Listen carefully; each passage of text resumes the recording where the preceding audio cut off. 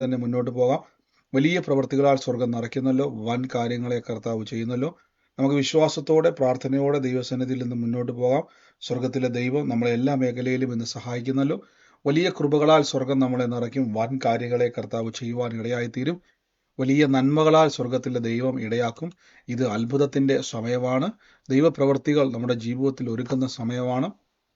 ദൈവ നന്മകളാൽ കർത്താവ് ഞങ്ങളെ ഓരോരുത്തരെയും ദൈവം നിറയ്ക്കുന്നല്ലോ. എല്ലാ മേഖലയിലും ദൈവം നമ്മളെ സാക്ഷിയാക്കും. നമുക്ക് ഒരുമിച്ച് കർത്താവിന്റെ തിരുസന്നിധിയിൽ ഇന്ന് വിശ്വാസ പ്രഖ്യാപനങ്ങളെ ഏറ്റുപറഞ്ഞ് പ്രാർത്ഥിക്കാം. എൻ്റെ കൂടെ ഇന്ന് വിശ്വസിക്കുന്നവരെല്ലാം കർത്താവിന്റെ തിരുസന്നിധിയിൽ ഇന്ന് ഏറ്റുപറഞ്ഞാട്ടെ. കാൽവരി ക്രൂശിൽ എൻ്റെ കർത്താവ് എൻ്റെ പാപത്തെയും എൻ്റെ ശാപത്തെയും തൻ്റെ ശരീരത്തിൽ വഹിച്ചതിനാൽ ഞാൻ നീതിമാനും അനുഗ്രഹിക്കപ്പെട്ടവനും ആണ്. യഹോവ എൻ്റെ ഇടയനാകുന്നു, എനിക്കൊന്നിനും മുട്ടുണ്ടാകത്തില്ല. എൻ്റെ സഹായം ആകാശത്തെയും ഭൂമിയെയും ഉണ്ടാക്കിയ ദൈവത്തിൽ നിന്ന് വരുന്നു. എൻ്റെ രോഗത്തെയും എൻ്റെ ദാരിദ്ര്യത്തെയും കർത്താവ് ക്രൂശിൽ വഹിച്ചതിനാൽ രോഗശക്തിക്കോ രോഗത്തിൻ്റെ ആത്മാക്കൾക്കോ രോഗത്തിനൊന്നിനു പോലും എൻ്റെ മേലോ എൻ്റെ ശരീരത്തിൻ്റെ മേലോ എൻ്റെ അവയവങ്ങളുടെ മേലോ രക്തത്തിൻ്റെ മേലോ എൻ്റെ ജീവിതത്തിലോ എൻ്റെ കുടുംബത്തിലോ അവകാശമില്ല. ദിവ്യ ആരോഗ്യവും ദീർഘായുസോടെ ഇരുന്ന് സമൃദ്ധി അനുഭവിക്കും. നന്മയും കരുണയും എൻ്റെ ആയുഷ്കാലമൊക്കെ എന്നെ പിന്തുടരും. ഞാൻ വാരി വിതറി കൊടുക്കും. ഞാൻ വായ്പ വാങ്ങത്തില്ല. കർത്താവിൻ്റെ നാമത്തിൽ ജാതികളുടെ നടുവിൽ എൻ്റെ സന്തതികളെയും വംശങ്ങളുടെ മധ്യ എൻ്റെ പ്രജയം വരെ എൻ്റെ തലമുറകളെ കാണുന്നവരൊക്കെയും യഹോവ അനുഗ്രഹിക്കപ്പെട്ട തലമുറയെന്ന് പറയും. പാമ്പുകളെയും തേളുകളെയും ശത്രുവിൻ്റെ സകല ബലത്തെയും ചവിട്ടി മെതിക്കുവാൻ കർത്താവിൽ എനിക്ക് അധികാരമുണ്ട്. ഒന്നും ഒരിക്കലും ഒരു ദോഷവും എനിക്ക് വരുത്തുകയില്ല. ഭൂലോകത്തിൻ്റെ അറ്റത്തോളം പോയി സകല സൃഷ്ടിയോടും ഇന്ന് സുവിശേഷം പ്രസംഗിപ്പാനും രോഗികളെ ഇന്ന് സൗഖ്യമാക്കുവാനും ഭൂതങ്ങളെ ഇന്ന് പുറത്താക്കുവാനും അത്ഭുതങ്ങളും അടയാളങ്ങളും എന്നിലൂടെ വരുവാൻ കർത്താവ് എന്നെ അഭിഷേകം ചെയ്തിരിക്കുന്നു. കർത്താവിൻ്റെ വലിയ മഹത്വത്തിനായി നന്ദി പറയുന്നു. നമുക്ക് ഒരുമിച്ച് ദൈവസന്നിധിയിൽ നിന്ന് വിശ്വാസത്തോടെ പ്രാർത്ഥനയോടെ തന്നെ മുന്നോട്ട് പോകാം. ദൈവം നമ്മളെ സകല കാര്യത്തിലും സൂക്ഷിക്കുന്നല്ലോ. വലിയ കൃപകളാൽ സ്വർഗം നിറയ്ക്കുവാൻ ഇടയായിത്തീരും. വൻ കാര്യങ്ങളെ കർത്താവ് ചെയ്യുവാൻ ഇടയായിത്തീരും. ഇന്ന് സഹോദരിമാരുടെ പ്രാർത്ഥനകൾ ക്രമീകരിക്കുവാൻ ദൈവം ഇടയാക്കി. കർത്താവ് വലിയ കാര്യങ്ങളെ ചെയ്തുവല്ലോ. വലിയ ആലോചനകളാലും വചനത്തിൻ്റെ വലിയ ബലത്താലും ദൈവം നമ്മളെ നിറയ്ക്കാൻ ഇടയായിത്തീർന്നു. കർത്താവ് നിങ്ങളെ ആലോചനയിൽ ഇടപെട്ടു. ദൈവിക ആലോചന ഇടപെട്ടവർ അതെല്ലാം സ്വീകരിക്കുക. കർത്താവ് ഇടപെട്ടതുപോലെ നിങ്ങളുടെ ജീവിതത്തിൽ നിവർത്തിക്കുവാൻ ഇടയായിത്തീരും. കർത്താവ് വലിയ നന്മകളാൽ നിറയ്ക്കുന്ന ദൈവമാണ്. വലിയ നന്മകളാൽ കർത്താവ് നിറയ്ക്കുന്നതിന് ഏറ്റവും വലിയ സാക്ഷ്യമാക്കി സ്വർഗം നിങ്ങളെ മാറ്റും. നമുക്ക് ഒരുമിച്ച് പ്രാർത്ഥനയോടെ തന്നെ മുന്നോട്ട് പോകാം. തുടർച്ചയായിട്ട് നമ്മൾ കർത്താവിൻ്റെ വചനം കേട്ടു വരികയാണ്. നമുക്കറിയാം എല്ലാ ദിവസവും വചനത്തിൻ്റെ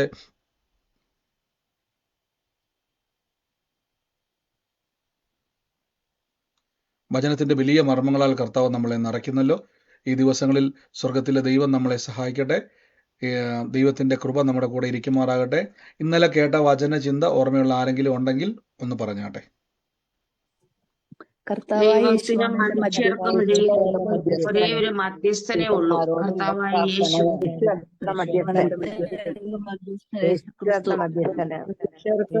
ദൈവത്തിനും ഇടയിലുള്ള ഏക മധ്യസ്ഥൻ യേശു ക്രിസ്തു. അപ്പം നമ്മൾ ഇന്നലെ കേട്ടു, ഏക മധ്യസ്ഥനെ പറ്റി കേൾക്കുവാൻ ഇടയായി തീർന്നു. കർത്താവിൻ്റെ നാമത്തിൽ പിന്നെയും നിങ്ങൾക്ക് സംശയങ്ങളുള്ളവർക്ക് ചോദിക്കാമെന്ന് പറഞ്ഞപ്പോൾ ആർക്കും ദൈവകൃപയാൽ സംശയങ്ങളില്ലായിരുന്നു. അപ്പോൾ ദൈവം നിങ്ങളെ സഹായിക്കുമാറാകട്ടെ. കർത്താവ് സംശയങ്ങൾ വരുന്നതാണ് ഏറ്റവും നല്ലത്. സംശയങ്ങളില്ലാത്തത് ഞാൻ വിശ്വസിക്കുന്നു. നിങ്ങൾക്ക് വചനങ്ങൾ മനസ്സിലായെന്നാണ് ഞാൻ വിശ്വസിക്കുന്നത്. ഇനിയും സ്വർഗത്തിലെ ദൈവം നിങ്ങളെ സഹായിക്കുമാറാകട്ടെ. സകലവിധമാകുന്ന കാര്യങ്ങളിൽ നിന്നും സ്വർഗത്തിലെ ദൈവം നിങ്ങളെ സൂക്ഷിക്കും. സകല നന്മകളാലും സ്വർഗം നിറയ്ക്കുവാൻ ഇടയായിത്തീരും. നമുക്കിന്ന് പ്രാർത്ഥനയോടെ തന്നെ ദൈവസന്നിധിയിൽ മുന്നോട്ട് പോകാം. കർത്താവിൻ്റെ വലിയ മഹത്വം ഇന്ന് ദൈവം ശരിയാക്കുന്നല്ലോ. ഇന്ന് നമുക്ക് ദൈവവചനം പിന്നെയും മുന്നോട്ട് കേൾക്കാം. ഇന്നത്തെ അനുഗ്രഹത്തിനായിട്ട് വീണ്ടും നമുക്ക് എബ്രായർക്ക് എഴുതിയ ലേഖനത്തിൻ്റെ അകത്തുനിന്ന് ചില വചന ഭാഗങ്ങളെ ദൈവസന്നിധിയിൽ കേൾക്കാം. കർത്താവ് നമ്മളെ സൂക്ഷിക്കുന്നല്ലോ. ദൈവം നമ്മളെ അത്ഭുതമാക്കി മാറ്റുന്ന ദൈവത്തിൻ്റെ വലിയ മഹത്വത്തിനായി നന്ദി പറയുന്നു. ഇത് അത്ഭുതത്തിൻ്റെ സമയമാണ്. എബ്രായർക്ക് എഴുതിയ ലേഖനത്തിൻ്റെ അകത്തുനിന്നും ചില വാക്യങ്ങളെ നിങ്ങളുടെ മുമ്പിലായിട്ട് എബ്രായർ ലേഖനം 12-ാം അധ്യായത്തിൽ 13-ാം അധ്യായത്തിൽ അപ്പോസ്തലനായ പൗലോസ് ലീഗ എന്ന് നമുക്ക് വിശ്വസിക്കാം എഴുതപ്പെട്ടത്. ഇത് ഞാൻ ഇന്നാൾ പറഞ്ഞ പോലെ തന്നെ ആരും ആയിക്കോട്ടെ, എങ്കിലും കർത്താവിൻ്റെ ആത്മാവിനാൽ ആ പ്രേരിതമായിട്ട് എഴുതിയിരിക്കുന്നത്.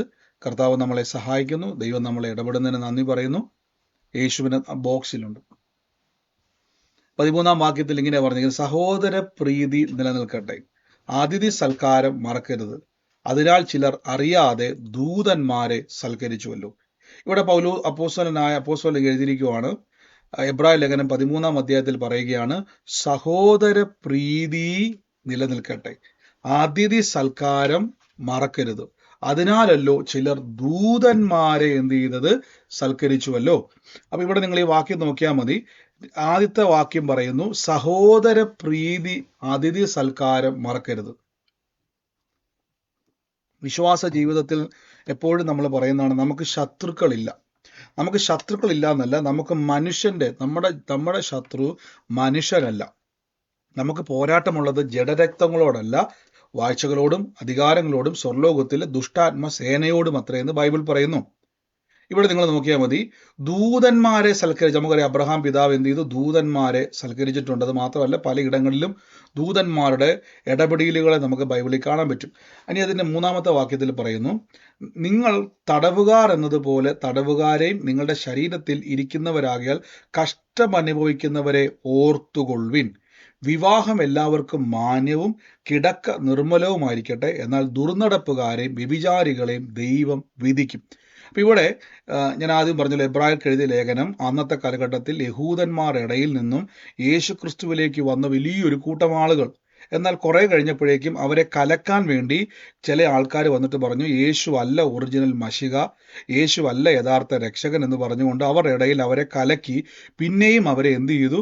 പഴയ നിയമത്തിൽ എഴുതപ്പെട്ടിരിക്കുന്നത് പോലെ യെരൂശലേം ദേവാലയത്തിൽ കൊണ്ടുപോകുവാൻ അവരെ പ്രേരിപ്പിക്കുകയും യാഗങ്ങളും കൽപ്പനകളും പഴയ ഉടമ്പടിയിലേക്ക് പോവുകയും ലോക മനുഷ്യനെ പോലെ ജീവിക്കുവാൻ അവരെ പ്രേരിപ്പിക്കുകയും ചെയ്യുമ്പോൾ അവരെ തിരിച്ച് യേശുവിലേക്ക് കൊണ്ടുവരുവാനും മാനസാന്തരത്തിന് ഫലം കായ്ക്കുവാനും വേണ്ടി പൗലോസ് ശ്ലീഹായിലൂടെ എഴുതപ്പെട്ട ലേഖനമാണ്. അവിടെ പറഞ്ഞിരിക്കുകയാണ്, നിങ്ങൾ വിവാഹം എല്ലാവർക്കും, ആദ്യം കഷ്ടം അനുഭവിക്കുന്നവരെ ഓർക്കണം.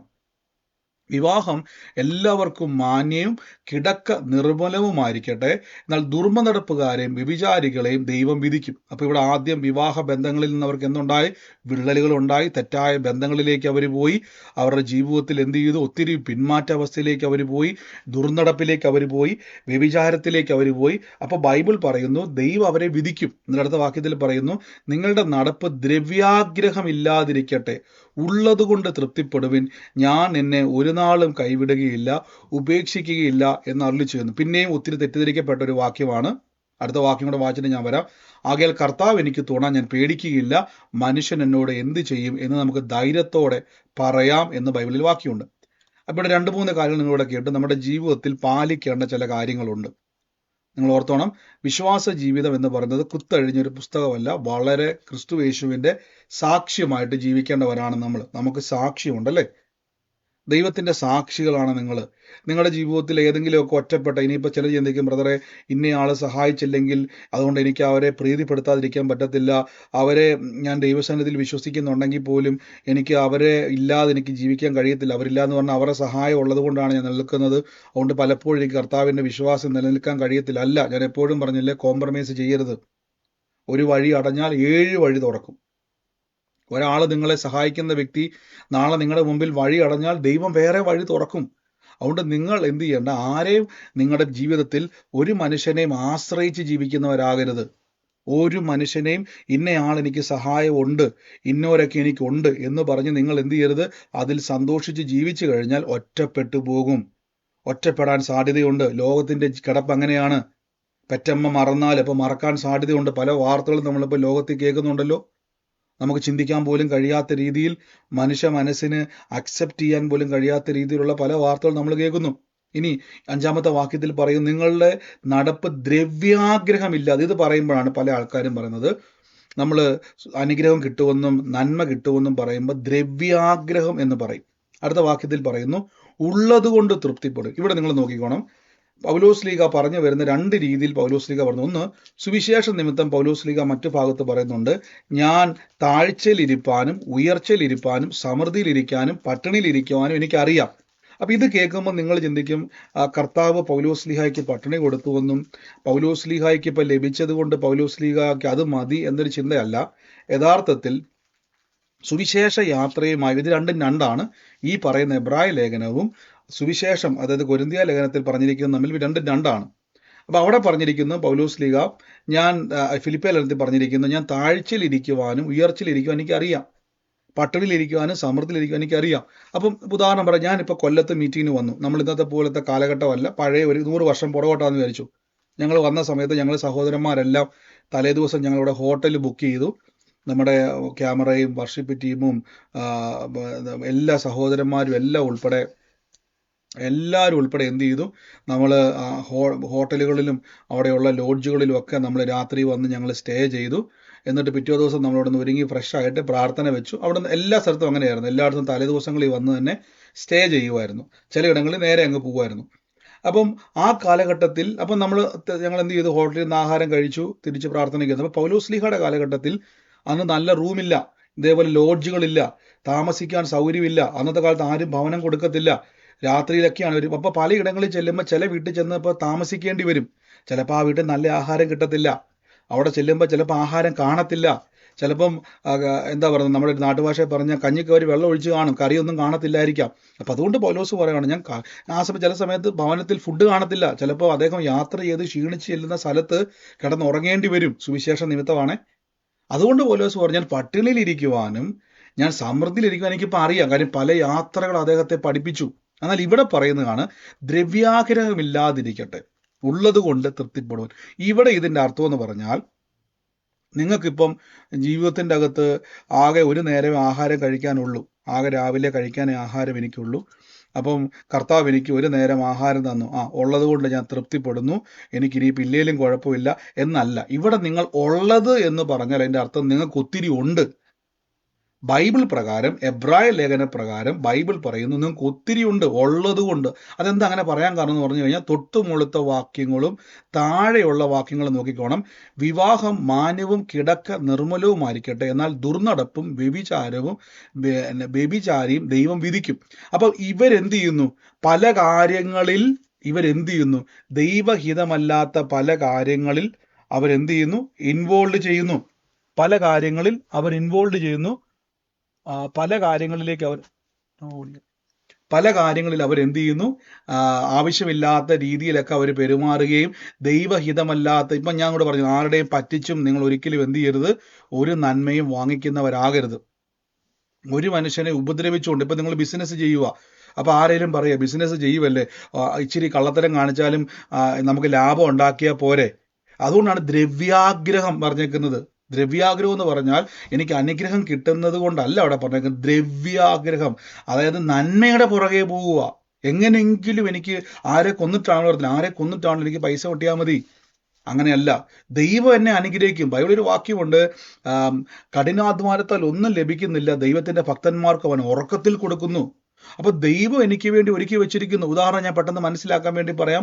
നമ്മൾ പഴയ നിയമ ഉൽപ്പത്തി പുസ്തകം വായിക്കുന്ന സമയത്ത് ലാബാന്റെ ഭവനത്തിലേക്ക് ചെന്ന യാക്കോബിനെ ലാബാൻ പലതവണ പറ്റിച്ചു, വിവാഹത്തിൽ തന്നെ പറ്റിച്ചു, തൻ്റെ ആടുകളെ മോഷ്ടിച്ചു, തന്നെ ഒത്തിരി രീതിയിൽ അദ്ദേഹം ഉപദ്രവിക്കാൻ ശ്രമിച്ചു. വേണമെങ്കിൽ യാക്കോബിന് ചിന്തിക്കാൻ മേലെ ഇയാൾ മുടിഞ്ഞു പോട്ടെ, ഇയാളുടെ ആടിന് വേണമെങ്കിൽ എന്ത് ചെയ്യാം, യാക്കോബിന് വിഷം കൊടുക്കാൻ മേലെ. യാക്കോബാണ് ആടുകളെ മേയ്ക്കുന്നത്. ആരും അറിയാതെ വേണമെങ്കിൽ ഈ ലാബാന്റെ ആടുകളെ കഴുത്ത് ഞെരിച്ച് വേണേ കൊല്ലാം, അതിനെ എങ്ങനെയെങ്കിലും ഉപദ്രവിക്കാം, അതിൻ്റെ കറവ വറ്റിക്കാൻ വേണ്ടി പലതും ചെയ്യാം. പക്ഷെ ഇതൊന്നും യാക്കോബ് ചെയ്തില്ല. യാക്കോബിന് വേണമെങ്കിൽ ചെയ്യാം, പക്ഷെ യാക്കോബ് പറഞ്ഞില്ല, ദൈവം എന്നെ അനുഗ്രഹിക്കും. വേണമെങ്കിൽ തന്നെ ഉപദ്രവിക്കുന്നവനെ പറ്റിച്ചിട്ട് വേണമെങ്കിൽ തകർത്തിട്ട് വേണമെങ്കിൽ പലതും നിർമ്മിക്കാം. പക്ഷേ ബൈബിൾ പറയുന്നു ദ്രവ്യാഗ്രഹമാണത്. അതായത് നന്മയുടെ പുറകെ ഓടണ്ട, ഞാൻ അനുഗ്രഹം. അതുകൊണ്ടാണ് ഉള്ളത് കൊണ്ട് തൃപ്തിപ്പെടണം. എനിക്കുണ്ട്, ഞാൻ വേറെ പോകേണ്ട കാര്യമില്ല. എനിക്ക് കർത്താവ് എനിക്ക് സമൃദ്ധി തന്നിട്ടുണ്ട്. അതിൻ്റെ അർത്ഥം എന്ന് പറഞ്ഞാൽ ഒരു മനുഷ്യൻ്റെ നന്മ എനിക്ക് വേണ്ട, അപഹരിക്കേണ്ട ആവശ്യമില്ല. ഇതാണ് അവിടെ പറഞ്ഞിരിക്കുന്നത്. എന്നാൽ പലപ്പോഴും നമ്മൾ പ്രസംഗിച്ച് വന്ന് ദ്രവ്യാഗ്രഹം എന്ന് പറഞ്ഞാൽ സാമ്പത്തിക അനുഗ്രഹത്തിന് വേണ്ടി പ്രാർത്ഥിക്കാൻ വരുമ്പോൾ ഇതിലൊന്നുമല്ല കാര്യം. സാമ്പത്തിക അനുഗ്രഹം കിട്ടുന്നതിലൊന്നും അല്ല കാര്യം. അങ്ങനെയല്ല. നിങ്ങൾക്കിപ്പം കുറേ ദൈവം നിങ്ങൾക്ക് അത്ഭുതം ചെയ്ത് വെച്ച് നിങ്ങളുടെ ജീവിതത്തെ ദൈവം വരുമാന മാർഗം തുറന്നു, സാമ്പത്തികമായി നിങ്ങളെ ബിസിനസ്സിലൊക്കെ ദൈവം അനുഗ്രഹിക്കുമ്പോൾ നിങ്ങൾ എന്ത് ചെയ്യണം, പണത്തിൻ്റെ പുറകെ പോകാതെ ദൈവം എന്നെ അനുഗ്രഹിച്ചു, നിങ്ങൾ പേടിക്കരുത്. നിങ്ങളുടെ വരുമാന മാർഗത്തിലായിക്കോട്ടെ എപ്പോഴും പറഞ്ഞു ഞാനത് വർദ്ധിക്കും, അതിനുവേണ്ടി നിങ്ങളൊന്നും ചെയ്യണ്ട. ഞാൻ പല ആൾക്കാർ ഇങ്ങനെ പറയാറുണ്ട്, ഞാൻ അവരോടൊക്കെ മാക്സിമം ഞാൻ തിരുത്താറുണ്ട്. ചിലർ പറയും, ബ്രദറെ എനിക്ക് വേണ്ടി പ്രാർത്ഥിക്കണം, എനിക്ക് ജോലിയിൽ പ്രൊമോഷൻ കിട്ടാൻ വേണ്ടി പ്രാർത്ഥിക്കണം. കാര്യം പ്രൊമോഷൻ കിട്ടിക്കഴിഞ്ഞാൽ എനിക്ക് കൂടുതൽ കർത്താവിൻ്റെ നാമത്തിൽ ചെയ്യുവാൻ വേണ്ടി കഴിയും, അതുകൊണ്ട് എനിക്ക് വേണ്ടി പ്രത്യേകം പ്രാർത്ഥിക്കണം. അപ്പം ഞാൻ പലപ്പോഴും അങ്ങനെ പറഞ്ഞ് പഠിക്കരുത് നിങ്ങൾ. അപ്പോൾ അതിൻ്റെ അർത്ഥം എന്ന് പറഞ്ഞു കഴിഞ്ഞാൽ ഇനി കൂടുതൽ കൊടുക്കാൻ വേണ്ടി, എനിക്ക് കൂടുതൽ പ്രൊമോഷൻ കിട്ടാൻ വേണ്ടിയല്ല, ദൈവം എന്നെ അനുഗ്രഹിക്കും. യഹോവയുടെ അനുഗ്രഹത്താൽ സമ്പത്ത് ഉണ്ടാകുമെന്ന് ബൈബിളിൽ പറയുന്നുണ്ട്. ദൈവം എന്നെ അനുഗ്രഹിച്ചിരിക്കുന്നു. അതായത് എനിക്കത് കൂടുതൽ കിട്ടിയാൽ കൂടുതൽ കൊടുക്കുമെന്നൊരു ചിന്തയല്ല സ്വത്രകാഴ്ച എന്ന് പറഞ്ഞു കഴിഞ്ഞാൽ, ദൈവം എന്നെ അനുഗ്രഹിച്ചത് കൊണ്ട് ഞാൻ വിതയ്ക്കുന്നതാ. അപ്പൊ കൂടുതൽ കിട്ടിയാൽ കൂടുതൽ കൊടുക്കുക എന്നുള്ളതല്ല, കർത്താവ് എന്നെ അനുഗ്രഹിച്ചത് കൊണ്ട് ആ മനസ്സിലോട്ട് നിങ്ങൾ ഷെയർ നിലയ്ക്കകത്തോട്ട്. അപ്പൊ കൂടുതൽ കിട്ടുമ്പം എന്ത് ചെയ്യും? ചില ആൾക്കാർ ഇത് പറയുന്നുണ്ട്, എനിക്ക് അറിയാവുന്ന ഒരു അച്ചായൻ പണ്ട് പറയും, ലോട്ടറി അടിച്ചാൽ ഞാൻ എന്ത് ചെയ്യും, ഞാൻ കർത്താവിൻ്റെ സഭ പണിയാൻ വേണ്ടി, പ്രാർത്ഥനയ്ക്ക് വേണ്ടി, ഹോള് പണിയാൻ വേണ്ടി, ഹോളുകൾ നിർമ്മിക്കാൻ വേണ്ടി ഞാൻ എന്ത് ചെയ്യും, പൈസ കൊടുക്കും. അപ്പൊ അതിനുവേണ്ടി അതങ്ങ് ലോട്ടറി എടുത്തുകൊണ്ടിരിക്കുക. അപ്പൊ ലോട്ടറി എടുക്കുന്ന ആളെ ചെന്ന് വെച്ചാൽ ലോട്ടറി അടിച്ചാൽ, അപ്പൊ ഞാൻ ചോദിച്ചോട്ടെ, നിങ്ങൾക്ക് കുറച്ച് പൈസ കയ്യിലുണ്ടെന്ന് വിചാരിച്ചു, ഒരു തീരുമാനം എടുക്കും, ഇന്ന് ഞാൻ ബ്രദറെ എനിക്ക് സ്ഥലം മേടിക്കാൻ വേണ്ടി ഞാനിപ്പം കുറച്ച് പൈസ, നമുക്ക് നല്ലൊരു ഹോള് വേണം, നമുക്കൊരു മീറ്റിംഗ് ഹോള് വേണം. അങ്ങനെ കൊടുക്കാത്തയാള് ലോട്ടറി അടിച്ചിട്ട് കൊടുക്കുക എന്ന് പറഞ്ഞാൽ അത് തെറ്റാ. മനസ്സിലാവുന്നുണ്ട്? ഇപ്പം ഞാൻ ഉദാഹരണം പറയാം. ഇപ്പം നമുക്കൊരു പ്രാർത്ഥന നടക്കുമെന്ന് വിചാരിച്ചു, കർത്താവിന് നമ്മുടെ പൈസ ആവശ്യമില്ല, പക്ഷെ സുവിശേഷ പ്രവർത്തനങ്ങൾ നമുക്ക് വിധ ആവശ്യമാണ്. അപ്പോൾ ഞാനിപ്പോൾ ഉദാഹരണം പറയാം, കോട്ടയത്ത് ഒരു മീറ്റിംഗ് നടക്കാൻ വേണ്ടി പോകുന്നു, ഞാൻ വിശ്വാസാൽ പറയുവാണ്, കർത്താവ് ഞാനത് ലോട്ടറി അടിക്കുവാണെങ്കിൽ ഞാൻ ഫുള്ള് മീറ്റിംഗ് ചെയ്യാം. വേണ്ടെന്നേ, എനിക്കിപ്പോൾ ബ്രദറെ ഒരു കുറച്ച് ഇത് ഒരിക്കൽ ചെറിയൊരു രീതിയിൽ വേണ്ട, അവിടെ വരുന്ന സഹോദരന്മാർക്ക് ഒരു കസേരയുടെ വാടക കൊടുക്കാൻ എൻ്റെ ഉള്ളൂ. മനസ്സിലാവും? അത് കിട്ടിയാൽ കൊടുക്കുക എന്നുള്ളതല്ല, എനിക്ക് ഉള്ളത് ഞാൻ കൊടുക്കുമ്പോൾ കർത്താവിൻ്റെ അനുഗ്രഹത്താലാണ് ഞാൻ കൊടുക്കുന്നത്. വിതയ്ക്കുന്നത് ഞാൻ അനുഗ്രഹിക്കപ്പെടാൻ വേണ്ടിയല്ല, ഞാൻ അനുഗ്രഹിക്കപ്പെട്ടത് കൊണ്ട് വിതയ്ക്കുക. അപ്പം ഇവിടെ ദ്രവ്യാഗ്രഹം എന്ന് പറയുന്നത്, പൗലോസ്ലീഹ പറയുന്നത്, നമ്മൾ ദുർനടപ്പ് നിമിത്തം ഉണ്ടാക്കുന്നതല്ല. എന്നിട്ട് പറയണം, ഉള്ളത് കൊണ്ട് തൃപ്തിപ്പെടണം. അടുത്ത വാക്യത്തിൽ പറയുന്നു, ഞാൻ നിന്നെ ഒരു നാളും കൈവിടത്തില്ല. ഇനി ഉള്ളത് എന്ന് പറയാൻ കാരണം എന്തായിരിക്കും? നമ്മൾ യെശയ്യാ പ്രവാചകനിൽ കേട്ടു, ധനവും മാനവും പുരാതന സമ്പത്തും എനിക്കുള്ളത്, ഞാൻ നിനക്കത് തരുമെന്ന് ദൈവം പറഞ്ഞു. ആ വാക്യം ഒന്ന് പെട്ടെന്ന് എടുക്കാൻ പറ്റുമാർക്കെങ്കിലും, ധനവും മാനവും പുരാതന സമ്പത്തും എനിക്കുണ്ട്, ഞാൻ നിങ്ങൾക്കത് എന്ത് ചെയ്യാം? തരാം. അപ്പൊ ഇതാണ് ഉള്ളത് നിങ്ങൾക്കുള്ളത്. അപ്പൊ ഇതുകൊണ്ട് തൃപ്തിപ്പെടാൻ പറഞ്ഞാൽ ദൈവത്തിന്റെ ധനം, ദൈവത്തിന്റെ മാനം, ദൈവത്തിന്റെ അവകാശങ്ങൾ, വീടുകൾ നിനക്ക് തരും, ഇതെല്ലാം ദൈവത്തിൻ്റെതാ. ഇതുകൊണ്ട് തൃപ്തിപ്പെടണം എന്ന് പറയുന്നതിന് അർത്ഥം ഇത് പോരെ. അത് വിട്ടേച്ച് പറ്റിച്ചും പിടിച്ചും മറ്റുള്ളവനെ ഉപദ്രവിച്ച് മേടിക്കാൻ വേണ്ടി പോകരുതെന്നാണ്. അതാണ് ദ്രവ്യാഗ്രഹം. ദ്രവ്യാഗ്രഹത്തിലേക്ക് നിങ്ങൾ എന്ത് ചെയ്യരുത്? പോകരുത്. ആമേൻ. അപ്പൊ അത് നിങ്ങൾ എന്ത് ചെയ്യും? നിങ്ങളെ വഷളാക്കും. അത് നിങ്ങളെ എന്ത് ചെയ്യും? നന്മയ്ക്ക് പകരം തിന്മയിലേക്ക് നിങ്ങളെ കൊണ്ടുപോകുവാൻ ഇടയായിത്തീരും. എന്നിട്ട് അടുത്ത വാക്യത്തിൽ പറയുന്നു, അപ്പൊ ഈ ദിവസങ്ങളിൽ നിങ്ങളൊരു കാര്യം ഓർത്തോണം, നമ്മൾ കർത്താവിൻ്റെ നാമത്തിൽ ഈ ഒരു വാതിൽ ഓർത്തോണം, വിവാഹ ജീവിതത്തിലൊക്കെ ഏർപ്പെടുന്ന ആൾക്കാർ ഈ ഏതെങ്കിലുമൊക്കെ രീതിയിൽ നിങ്ങൾ ഓർത്തോണം, കർത്താവിനെ വിളിക്കുന്ന വ്യക്തികൾ, നിങ്ങളുടെ അകത്ത് മറ്റെന്തെങ്കിലും ചിന്തകൾ, മറ്റേതെങ്കിലും രീതിയിൽ ചിന്തകൾ വരുന്ന സമയത്ത് നിങ്ങൾ പരിശുദ്ധാത്മാവേ, ഇത് വചനവിരുദ്ധമാണ്, പല ചിന്തകൾ ദുർനടപ്പിലേക്ക് എൻ്റെ മനസ്സിനെയും ചിന്തകളെയും ശരീരത്തെയും പ്രേരിപ്പിക്കുന്നു. ബൈബിൾ പറയുന്നു, മോഹം ഗർഭം ധരിച്ച് പാപത്തെ പ്രസവിക്കാൻ നോക്കുന്നു. നോക്കിക്കേ, ദുർനടപ്പുകാരെയും വ്യഭിചാരികളെയും ദൈവം വിധിക്കും. അപ്പോൾ ഒരു കാര്യം ഓർത്തോണം, അങ്ങനെ വരുമ്പോൾ ദൈവം എന്നെ സഹായിക്കും. ദൈവം വിധിക്കുന്ന ദൈവം മാത്രമല്ല, എന്നെ സഹായിക്കുന്ന ദൈവമാണ്. അങ്ങനെ ചിന്തകൾ വരുന്നവരാരെങ്കിലും, ഇന്ന് ഞാൻ ഈ വാക്യം എടുക്കാൻ ആഗ്രഹിച്ചതല്ല, പക്ഷേ എൻ്റെ ഉള്ളത്തിൽ കർത്താവ് ഇത് പ്രസംഗിക്കുവാൻ പറഞ്ഞു. ഒരു കാര്യം ഓർത്തേ, അപ്പൊ നിങ്ങൾ ഈ ദിവസങ്ങളിൽ അങ്ങനെ ചിന്തകളിലൂടെ ആരെങ്കിലും കടന്നു പോകുന്നവരുണ്ടെങ്കിൽ, മറ്റുള്ളവരുടെങ്കിലും വൈരാഗ്യങ്ങളോ മറ്റുള്ളവരുടെങ്കിലും നിങ്ങളെ ഉപദ്രവിക്കുന്നവരുണ്ടെങ്കിൽ അവർക്ക് വേണ്ടി ഇന്ന് അനുഗ്രഹിച്ച് പ്രാർത്ഥിക്കണം. അതാണ് നിങ്ങളുടെ പലപ്പോഴും അനുഗ്രഹത്തിന് തടസ്സമെന്ന് ഞാൻ പറയുന്നത്. അതെങ്ങനെ ബ്രദറെ അനുഗ്രഹത്തിന് തടസ്സം വന്നത്? ദോഷത്തിന് പകരം ദോഷം ചെയ്യരുതെന്ന് ബൈബിളിൽ പറയുന്നുണ്ട്. പിശാചിന് ഇടം കൊടുക്കരുത്. കോപിച്ചാൽ പാപം ചെയ്യരുത്. സൂര്യൻ അസ്തമിക്കുമ്പോഴും എന്ത് ചെയ്യരുത്? കോപം വരും, നമുക്ക് ദേഷ്യം വരും, പക്ഷെ അതൊരു ലൈസൻസ് ആയിട്ട് എടുക്കരുത്. ഞാൻ ആ വാക്യം ഒന്ന് കാണിക്കാം. ആവർത്തന പുസ്തകം, അപ്പം കുറച്ച് ആവർത്തന പുസ്തകം സൗകര്യമായിട്ടുണ്ടല്ലേ, 8-ാം അധ്യായത്തിന്റെ സദൃശവാക്യത്തിലോട്ടെ, 8-ാം അധ്യായത്തിന്റെ 18, 8:18.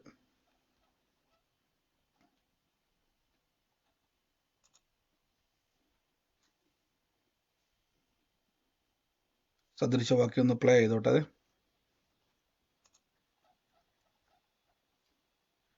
നോക്കി, എൻ്റെ പക്കൽ ധനമുണ്ട്, മാനമുണ്ട്, പുരാതന സമ്പത്തുണ്ട്, നീതിയുണ്ട്, എൻ്റെ ഫലം പൊന്നിലും തങ്കത്തിലേക്കാൾ ആദായവും മേൽത്തരമായ വെള്ളിയും നല്ലത്. എന്നെ സ്നേഹിക്കുന്നവർക്ക് വസ്തുവകകളെ ഞാൻ അവകാശമാക്കി കൊടുക്കുകയും അവരുടെ ഭണ്ഡാരങ്ങളെ നിറയ്ക്കുകയും ചെയ്യേണ്ടതിന്. നോക്കിക്കേ, അപ്പം എബ്രായത്തിൽ പറയുന്നത് ഉള്ളത് കൊണ്ട് തൃപ്തിപ്പെടുവൻ. ഉണ്ടോ? ഉള്ളത് കൊണ്ട് തൃപ്തിപ്പെടാൻ പറഞ്ഞാൽ അതിൻ്റെ അർത്ഥം എന്താ? ഉള്ളത് എന്തുവാ? ധനവും മാനവും പുരാതന സമ്പത്തും എനിക്ക് വസ്തുവകകളും അവകാശമാക്കി എൻ്റെ ഭണ്ഡാരങ്ങളെ, നമ്മുടെ ഭാഷയിൽ പറഞ്ഞ ബാങ്കുകളെ നിറയ്ക്കുന്ന ദൈവം. അപ്പൊ ഈ ഉള്ളത് കൊണ്ടെന്ന് പറഞ്ഞു കഴിഞ്ഞാൽ നമ്മുടെ ചിന്തയിൽ എനിക്ക് ബ്രദറെ ആകെ ഒരു നേരം രാവിലെ എനിക്ക് കിട്ടിയത് ഒരു കഞ്ഞിയാണ്, അത് 3-4 ദിവസം പഴക്കമുള്ള കഞ്ഞിയാണ് ബ്രദറെ, കർത്താവ് പറഞ്ഞിട്ടില്ലേ ഉള്ളത് കൊണ്ട് തൃപ്തിപ്പെടണമെന്ന്. അതല്ല അവിടെ പറഞ്ഞിരിക്കുന്നത് കേട്ടോ. അവിടെ പറഞ്ഞിരിക്കുന്നതിന്റെ അർത്ഥം എന്ന് പറഞ്ഞാൽ തൊട്ടുമുകളിൽ ദ്രവ്യാഗ്രഹം എന്നൊരു വാക്കുണ്ട്. അനധികൃതമായിട്ട് നിങ്ങളുടെ ജീവിതത്തിൽ ഒരു മനുഷ്യനെ വഞ്ചിച്ച് ഒരു മനുഷ്യനെ തകർത്തുകൊണ്ട് ഒന്നും നേടുവാൻ ശ്രമിക്കരുത്. ഒരാളെ ഉപദ്രവിച്ചുകൊണ്ട് മറ്റൊരു വ്യക്തിക്ക് ഉപദ്രവമാകുന്ന രീതിയിൽ ഒന്നും നിങ്ങൾ ചെയ്യരുത്. എനിക്കറിയാം പല ആൾക്കാരും എന്ത് ചെയ്യും, അതുകൊണ്ടാണ് ഞാൻ ഈ കൊടുക്കൽ വാങ്ങലുകൾ ഈ കൂട്ടത്തിൽ ജസ്റ്റ് തൊട്ടുവിടാം. ചില ആൾക്കാരുണ്ട് പൈസ തിരിച്ചു കൊടുക്കാൻ പറ്റത്തില്ലെന്ന് മനഃപൂർവ്വം അറിഞ്ഞിട്ടും ചിലരെ മേടിക്കും. അപ്പം നമ്മളെ പലരും മിസ്യൂസ് ചെയ്യാറുണ്ട്. അപ്പം വിശ്വാസിക്ക് ഒരു കാര്യം പറയും, ഈ വാക്ക് നിങ്ങൾ ശ്രദ്ധിച്ചോണേ. എബ്രായ ലേഖനം 11-ാം അധ്യായം തൊട്ടുമുള്ളത് വാക്യം. അതിനാൽ സഹോദരന്മാരെ സഹോദര പ്രീതിയിൽ നിലനിൽക്കട്ടെ, അതിഥി സൽക്കാരം മറക്കരുത്, അതിനാലല്ലോ ചിലർ ദൂതന്മാരെ സൽക്കരിച്ചത്. നമ്മൾ പലപ്പോഴും നമ്മളും ചെയ്യരുത് ഒരു മനുഷ്യൻ്റെയിലും. നിങ്ങൾക്കിപ്പോൾ ഒരാൾക്ക് തിരിച്ചു കൊടുക്കുവാൻ, അപ്പോൾ നിങ്ങൾ ചിന്തിക്കും നിഖിൽ ബ്രദറിൻ്റെ നിന്നാൽ പിന്നെ ഒരു 5000 രൂപ മേടിച്ചേക്കാം അല്ലെങ്കിൽ 10000 രൂപ മേടിച്ചേക്കാം, കൊടുക്കുകയൊന്നും വേണ്ട, പുള്ളി കർത്താവിനെ സ്നേഹിക്കുന്ന ആളല്ലേ, പുള്ളി എന്തായാലും തിരിച്ച് നമ്മുടെ പീഡിപ്പിച്ചെന്ന് മേടിക്കാൻ വേണ്ടി പോണില്ല എന്നും പറഞ്ഞുകൊണ്ട് തിരിച്ചു കൊടുക്കാനാവതില്ലെങ്കിലും ഓക്കെ, പക്ഷെ മനഃപൂർവ്വം കൊടുക്കത്തില്ല എന്ന രീതിയിൽ ആരെയും വഞ്ചിക്കാൻ വേണ്ടി എന്ത് ചെയ്യരുത്. ഇനി നമ്മൾ കൊടുക്കൽ വാങ്ങൽ ചെയ്യുമ്പോൾ നിങ്ങൾക്ക് ചിലപ്പോൾ പറയും, നമ്മളിങ്ങനെ വിശ്വാസി വന്നു കഴിയുമ്പോഴേക്കും ഒരാൾ വന്നിട്ട് സഹായം ചോദിക്കുക, നമുക്കറിയത്തില്ല ആ വ്യക്തി എങ്ങനെയുള്ള വ്യക്തിയാണ്, നമുക്ക് സഹതാപം വരികയോ. ബ്രദറെ, ബൈബിളിലൊരു വാക്യമുണ്ടല്ലോ, സഹോദരൻ വന്ന് നിന്നോട് വായ്പ ചോദിച്ചു കഴിഞ്ഞാൽ നിന്റെ കയ്യിൽ അത് ഇരിക്കെ നീ അവനോട് ഇല്ല എന്ന് പറയരുതെന്ന് ബൈബിളിൽ വാക്യമുണ്ട്. ചിലർ എന്നോട് ചോദിക്കും, ബ്രദറെ പറയുന്നുണ്ടല്ലോ കയ്യിൽ പൈസ വെച്ചിട്ട് സഹോദരൻ വന്ന് ചോദിച്ചാൽ കൊടുക്കരുതെന്ന്. നിങ്ങൾ ശ്രദ്ധിച്ചോണം. അവിടെ യഥാർത്ഥത്തിൽ നിങ്ങൾ മനസ്സിലാക്കണം, എല്ലാവരും നമ്മൾ സഹായിക്കേണ്ടവരല്ല. എല്ലാവരും സഹായിക്കേണ്ടവരല്ല. കഷ്ടത്തിലിരിക്കുന്നവനെ ഓർക്കണമെന്ന് പറയുമ്പോൾ നിങ്ങളെ പറ്റിക്കാൻ വരുന്നവരുമുണ്ട്. എനിക്ക് കഴിഞ്ഞ ദിവസം ഒരു സഹോദരനോട് പറഞ്ഞു, ബ്രദർ എൻ്റെ ഉണ്ടായിരുന്ന തുക ദൈവസ്നേഹത്താൽ ഞാൻ എടുത്തു കൊടുത്തു എന്ന് പറഞ്ഞു. പക്ഷേ എനിക്കറിയാം, ഞാൻ ഓർക്കുന്നുണ്ട് ഇപ്പോഴും, അത് വലിയൊരു വിഷയമായതാണ്. പണ്ട് ഞങ്ങൾ എറണാകുളത്തൊരു പ്രാർത്ഥനയ്ക്ക് പോയ സമയത്ത് അവിടെ ഒരു കുടുംബം, അവരൊരു യേശു വിശ്വാസമുള്ള കുടുംബമല്ല, അവിടെ ആ കുടുംബത്തിലേക്ക് ഒരു വ്യക്തി വന്നു, ഒരു വിശ്വാസികളാണ്, അവർ യേശുവിനെ പറ്റിയൊക്കെ പറഞ്ഞു. അതുകൊണ്ട് തെറ്റായ ഉപദേശത്തിൽ വീണ് പോകരുത്, എപ്പോഴും സൂക്ഷിക്കണം. ആ വീട്ടിൽ വന്ന് അവർ യേശുവിനെ പറ്റി പറഞ്ഞ് വലിയ സ്നേഹബന്ധത്തിലായി, വളരെ സന്തോഷത്തിലും സമാധാനത്തിലും ഒക്കെ പോയി സുവിശേഷമൊക്കെ പറഞ്ഞു. അവസാനം ആ കുടുംബനാഥനോട് പറഞ്ഞ് കുറച്ച് സാമ്പത്തിക ആവശ്യങ്ങളുണ്ടെന്ന് പറഞ്ഞുകൊണ്ട് അയാൾ ദൈവസ്നേഹത്തോടെ, കാര്യം സുവിശേഷം പറയുന്ന ആളാണല്ലോ, സന്തോഷത്തോടെ എന്ത് ചെയ്തു, അയാൾ സ്വന്തം വീടിൻ്റെ ആധാരം ബാങ്കിൽ പണയം വെച്ച് ഇവർക്ക് പൈസ കൊടുത്തു. അവസാനം എന്ത് സംഭവിച്ചെന്നറിയാവോ, ആ മനുഷ്യൻ ആ പൈസയായിട്ട് പോയി കളഞ്ഞു. എന്താ നമുക്കറിയത്തില്ല, കൊടുക്കാൻ പറ്റാത്തതുകൊണ്ട് എന്തു ആയിക്കോട്ടെ, അയാൾ അതുമായിട്ട് പോയി. ഞാൻ ഇപ്പോഴും ഓർക്കുന്നുണ്ട്, ഞാൻ എറണാകുളത്ത് പ്രാർത്ഥനയ്ക്ക് പോയപ്പോഴേക്കും ആ മനുഷ്യൻ്റെ വീട് ഞാൻ ജപ്തിയുടെ വക്കിലോട്ട് പോയി. അയാളുടെ ഭാര്യ അദ്ദേഹത്തെ വിട്ട് പിരിഞ്ഞു പോയി. അയാൾ യേശു വിശ്വാസി അല്ല, യേശുവിലേക്ക് വന്ന് ദൈവസ്നേഹമൊക്കെ മനസ്സിലാക്കിയ മനുഷ്യനാണ്. അവസാനം പിന്നീട് ഞാൻ വാർത്ത കേട്ടു, ആ വ്യക്തി എന്ത് ചെയ്തു, അവിടുന്ന് ആത്മഹത്യ ചെയ്യാനിടയായി തീർന്നു. ഒന്ന് ആലോചിച്ച് നോക്കി, നിങ്ങൾ അറിയണം. അപ്പം നിങ്ങൾ ചിന്തിക്കും, ബ്രദറെ അദ്ദേഹം വന്ന് ചോദിച്ചപ്പോൾ സ്നേഹത്താൽ കൊടുത്തതല്ലേ. അപ്പം എല്ലാം നമ്മൾ സ്നേഹത്താൽ കൊടുക്കുന്നവരാകരുത്. സ്നേഹം വേണം, പ്രാർത്ഥിക്കണം, കർത്താവേ ഇത് ഞാൻ കൊടുക്കുന്നത് ദൈവഹിതമാണോ. ആ ഒരു വചനം വെച്ച് പലരും ചോദിക്കും, ബ്രദറെ ബൈബിളിൽ ഉണ്ടല്ലോ, നിൻ്റെ ഉണ്ടെന്നിരിക്കെ നീ സഹോദരൻ വന്ന് ചോദിച്ചാൽ കൊടുക്കരുത്, അല്ല കൊടുക്കണം എന്ന് ബൈബിളുണ്ടല്ലോ. അപ്പം അതിൻ്റെ അർത്ഥം എന്ന് പറഞ്ഞാൽ എല്ലാം കൊടുക്കേണ്ടതല്ല, പ്രാർത്ഥിക്കണം.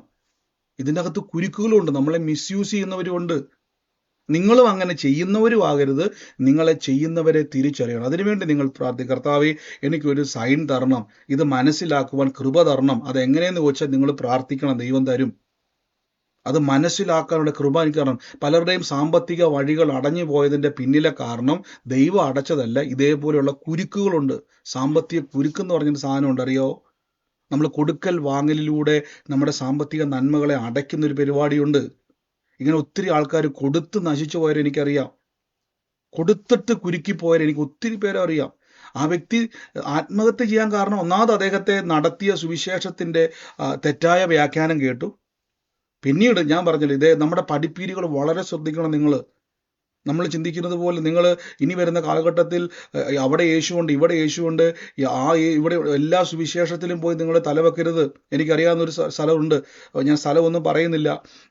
പിന്നെ അവിടെ എനിക്ക് തോന്നുന്നത് തൃശ്ശൂരാന്ന് എനിക്ക് തോന്നുന്നത് ഒരു സ്ഥലത്ത് ഒരു സ്ഥലത്ത് നമ്മുടെ വീടും സ്ഥലവും എല്ലാം വിറ്റിട്ട് അവിടെ എന്ത് ചെയ്യണം, ആ സ്ഥലത്ത് നിങ്ങൾ പ്രാർത്ഥനയിലേക്ക് പങ്കുചേരണം. അങ്ങനെ ഒരു ഉപദേശം പറയുന്ന ആൾക്കാരുണ്ട്. എന്നിട്ട് അവിടെയുള്ള ആൾക്കാരോട് പറഞ്ഞു, ഉള്ളതെല്ലാം വിറ്റുപേർക്ക് ഞങ്ങൾ അവിടെ കൊടുത്തു, ഇപ്പം ഞങ്ങൾക്ക് വീടില്ല, ഒന്നുമില്ല. അവർ പറഞ്ഞത് കർത്താവിൻ്റെ നാമത്തിൽ ഇത് ചെയ്താൽ നിങ്ങളെ അനുഗ്രഹിക്കും എന്ന് പറഞ്ഞുകൊണ്ട് ഉള്ള വീടും സ്ഥലവും എല്ലാം വിറ്റ് എന്ത് ചെയ്തു? കൊടുത്തു. അപ്പം ഇത് പറയാൻ കാരണം, ഇത് നിങ്ങൾ ചെയ്യുകയും ചെയ്യരുത്, ചെയ്യുന്നവരെ ശ്രദ്ധിക്കുകയും ചെയ്യണം. അടുത്ത വാക്യത്തിൽ പറയുന്നു, നോക്കിക്കേ, ദ്രവ്യാഗ്രഹം. അപ്പൊ ഇവിടെയാണ് നിങ്ങൾ സാമ്പത്തിക അനുഗ്രഹങ്ങളെ പറ്റി നിങ്ങൾ തിരിച്ചറിയേണ്ടത്. നമ്മുടെ ജീവിതത്തിൽ ദൈവം നമ്മളെ അനുഗ്രഹിക്കുമ്പോൾ അത് സൂക്ഷിക്കുവാനുള്ള കൃപയ്ക്കും വേണ്ടി പ്രാർത്ഥിക്കണം. ദൈവം പലരെയും അനുഗ്രഹിച്ചിട്ടുണ്ട് വിശ്വാസത്തിൽ വന്ന്, അവസ്ഥകളെ മാറ്റി. പക്ഷെ അത് സൂക്ഷിക്കുവാനുള്ള കൃപ അവർക്ക് പ്രാർത്ഥിച്ചില്ല. അപ്പൊ ഞാൻ പറഞ്ഞു, നിങ്ങൾക്ക് വരുമാനം ദൈവം തുറക്കും. ഞാൻ ഉറപ്പായിട്ടും പറഞ്ഞു, നിങ്ങളുടെ അവസ്ഥകൾ മാറും. നിങ്ങളുടെ അവസ്ഥകളെ മാറ്റുമ്പോൾ അത് സൂക്ഷിക്കുവാനുള്ള കൃപയും കർത്താവെ ഉണ്ടാകണം. ഇത് അറക്കാനും മുടിക്കാനും മോഷ്ടിക്കാനും വരുന്ന പിശാചുണ്ട്. അവനെ ഉയർത്തുമല്ല ഇത് നമ്മൾ കൃപ പ്രാപിക്കണം. ആവശ്യമില്ലാതെ ചുമ്മാ എടുത്ത് കൊടുക്കരുത്, പ്രാർത്ഥിക്കണം. അതുകൊണ്ടാണ് ഞാൻ പറഞ്ഞു, നിങ്ങൾ കർത്താവിൻ്റെ വേലയിലേക്ക് വിതയ്ക്കുമ്പം പല ആൾക്കാരും പറയും, ബ്രദറെ എനിക്ക് ചർച്ചിന്, ഇപ്പോൾ ഉദാഹരണം പറയാം, നമ്മൾ മുന്നോട്ട് ദൈവകൃപയാൽ പലയിടങ്ങളിലും പ്രാർത്ഥനയ്ക്ക് വേണ്ടി എനിക്ക് വലിയൊരു ആഗ്രഹമുണ്ട്. എൻ്റെ ഉള്ളത്തിൽ വലിയൊരു ആഗ്രഹമാണ്. അതായത് നമ്മൾ പ്രത്യേകിച്ച് കോട്ടയത്ത് എനിക്ക് ഇഷ്ടപ്പെട്ടു. ആ ഒരു സ്ഥലം പോലെ തന്നെ, ആ ഒരു ക്രിസ്ത്യൻ ധ്യാനകേന്ദ്രം പോലെ തന്നെ നമുക്ക് എല്ലാവർക്കും വന്ന് ചേർന്ന് പ്രാർത്ഥിക്കാൻ പറ്റുന്ന, ആളുകൾക്ക് ബുദ്ധിമുട്ടില്ലാത്ത, പറ്റിയാൽ താമസിക്കുവാൻ സൗകര്യങ്ങളൊക്കെ ഉള്ള ഒരു കൺവെൻഷൻ സെൻറ്റർ പോലെ എൻ്റെ മനസ്സിലൊരാഗ്രഹം. ഞാൻ ആഗ്രഹിച്ചു, കർത്താവേ, നമുക്ക് എല്ലാവർക്കും ഇങ്ങനെ വാടകയ്ക്ക് എല്ലാ സ്ഥലത്തും നടക്കാതെ എല്ലാവർക്കും കൂടി വന്ന് താമസിച്ചൊക്കെ പ്രാർത്ഥനകൾ പങ്കുചേരാൻ പറ്റുന്ന ഒരു സ്ഥലം എൻ്റെ ആഗ്രഹമുണ്ട്, മനസ്സിലുണ്ട്. വേണമെങ്കിൽ എനിക്ക് എന്ത് ചെയ്യാം, ബാങ്കിൽ ലോൺ മൊത്തം എടുത്ത് എവിടുന്ന് വലിയ കടം മേടിച്ച് വലിയ ബാധ്യത കൊണ്ട് വേണമെങ്കിൽ എനിക്ക് എന്ത് ചെയ്യാം, ഈ രാജ്യത്ത് ഇപ്പോൾ ജോലി ചെയ്യുന്നതുകൊണ്ട് അത് വെച്ചുകൊണ്ട് എനിക്ക് വേണമെങ്കിൽ എന്ത് ചെയ്യാം, വലിയൊരു ബിൽഡിംഗ് പണിയാം. പക്ഷെ അത് ഞാൻ പണിയേണ്ട കാര്യമില്ല, ദൈവം എനിക്ക് തരണം.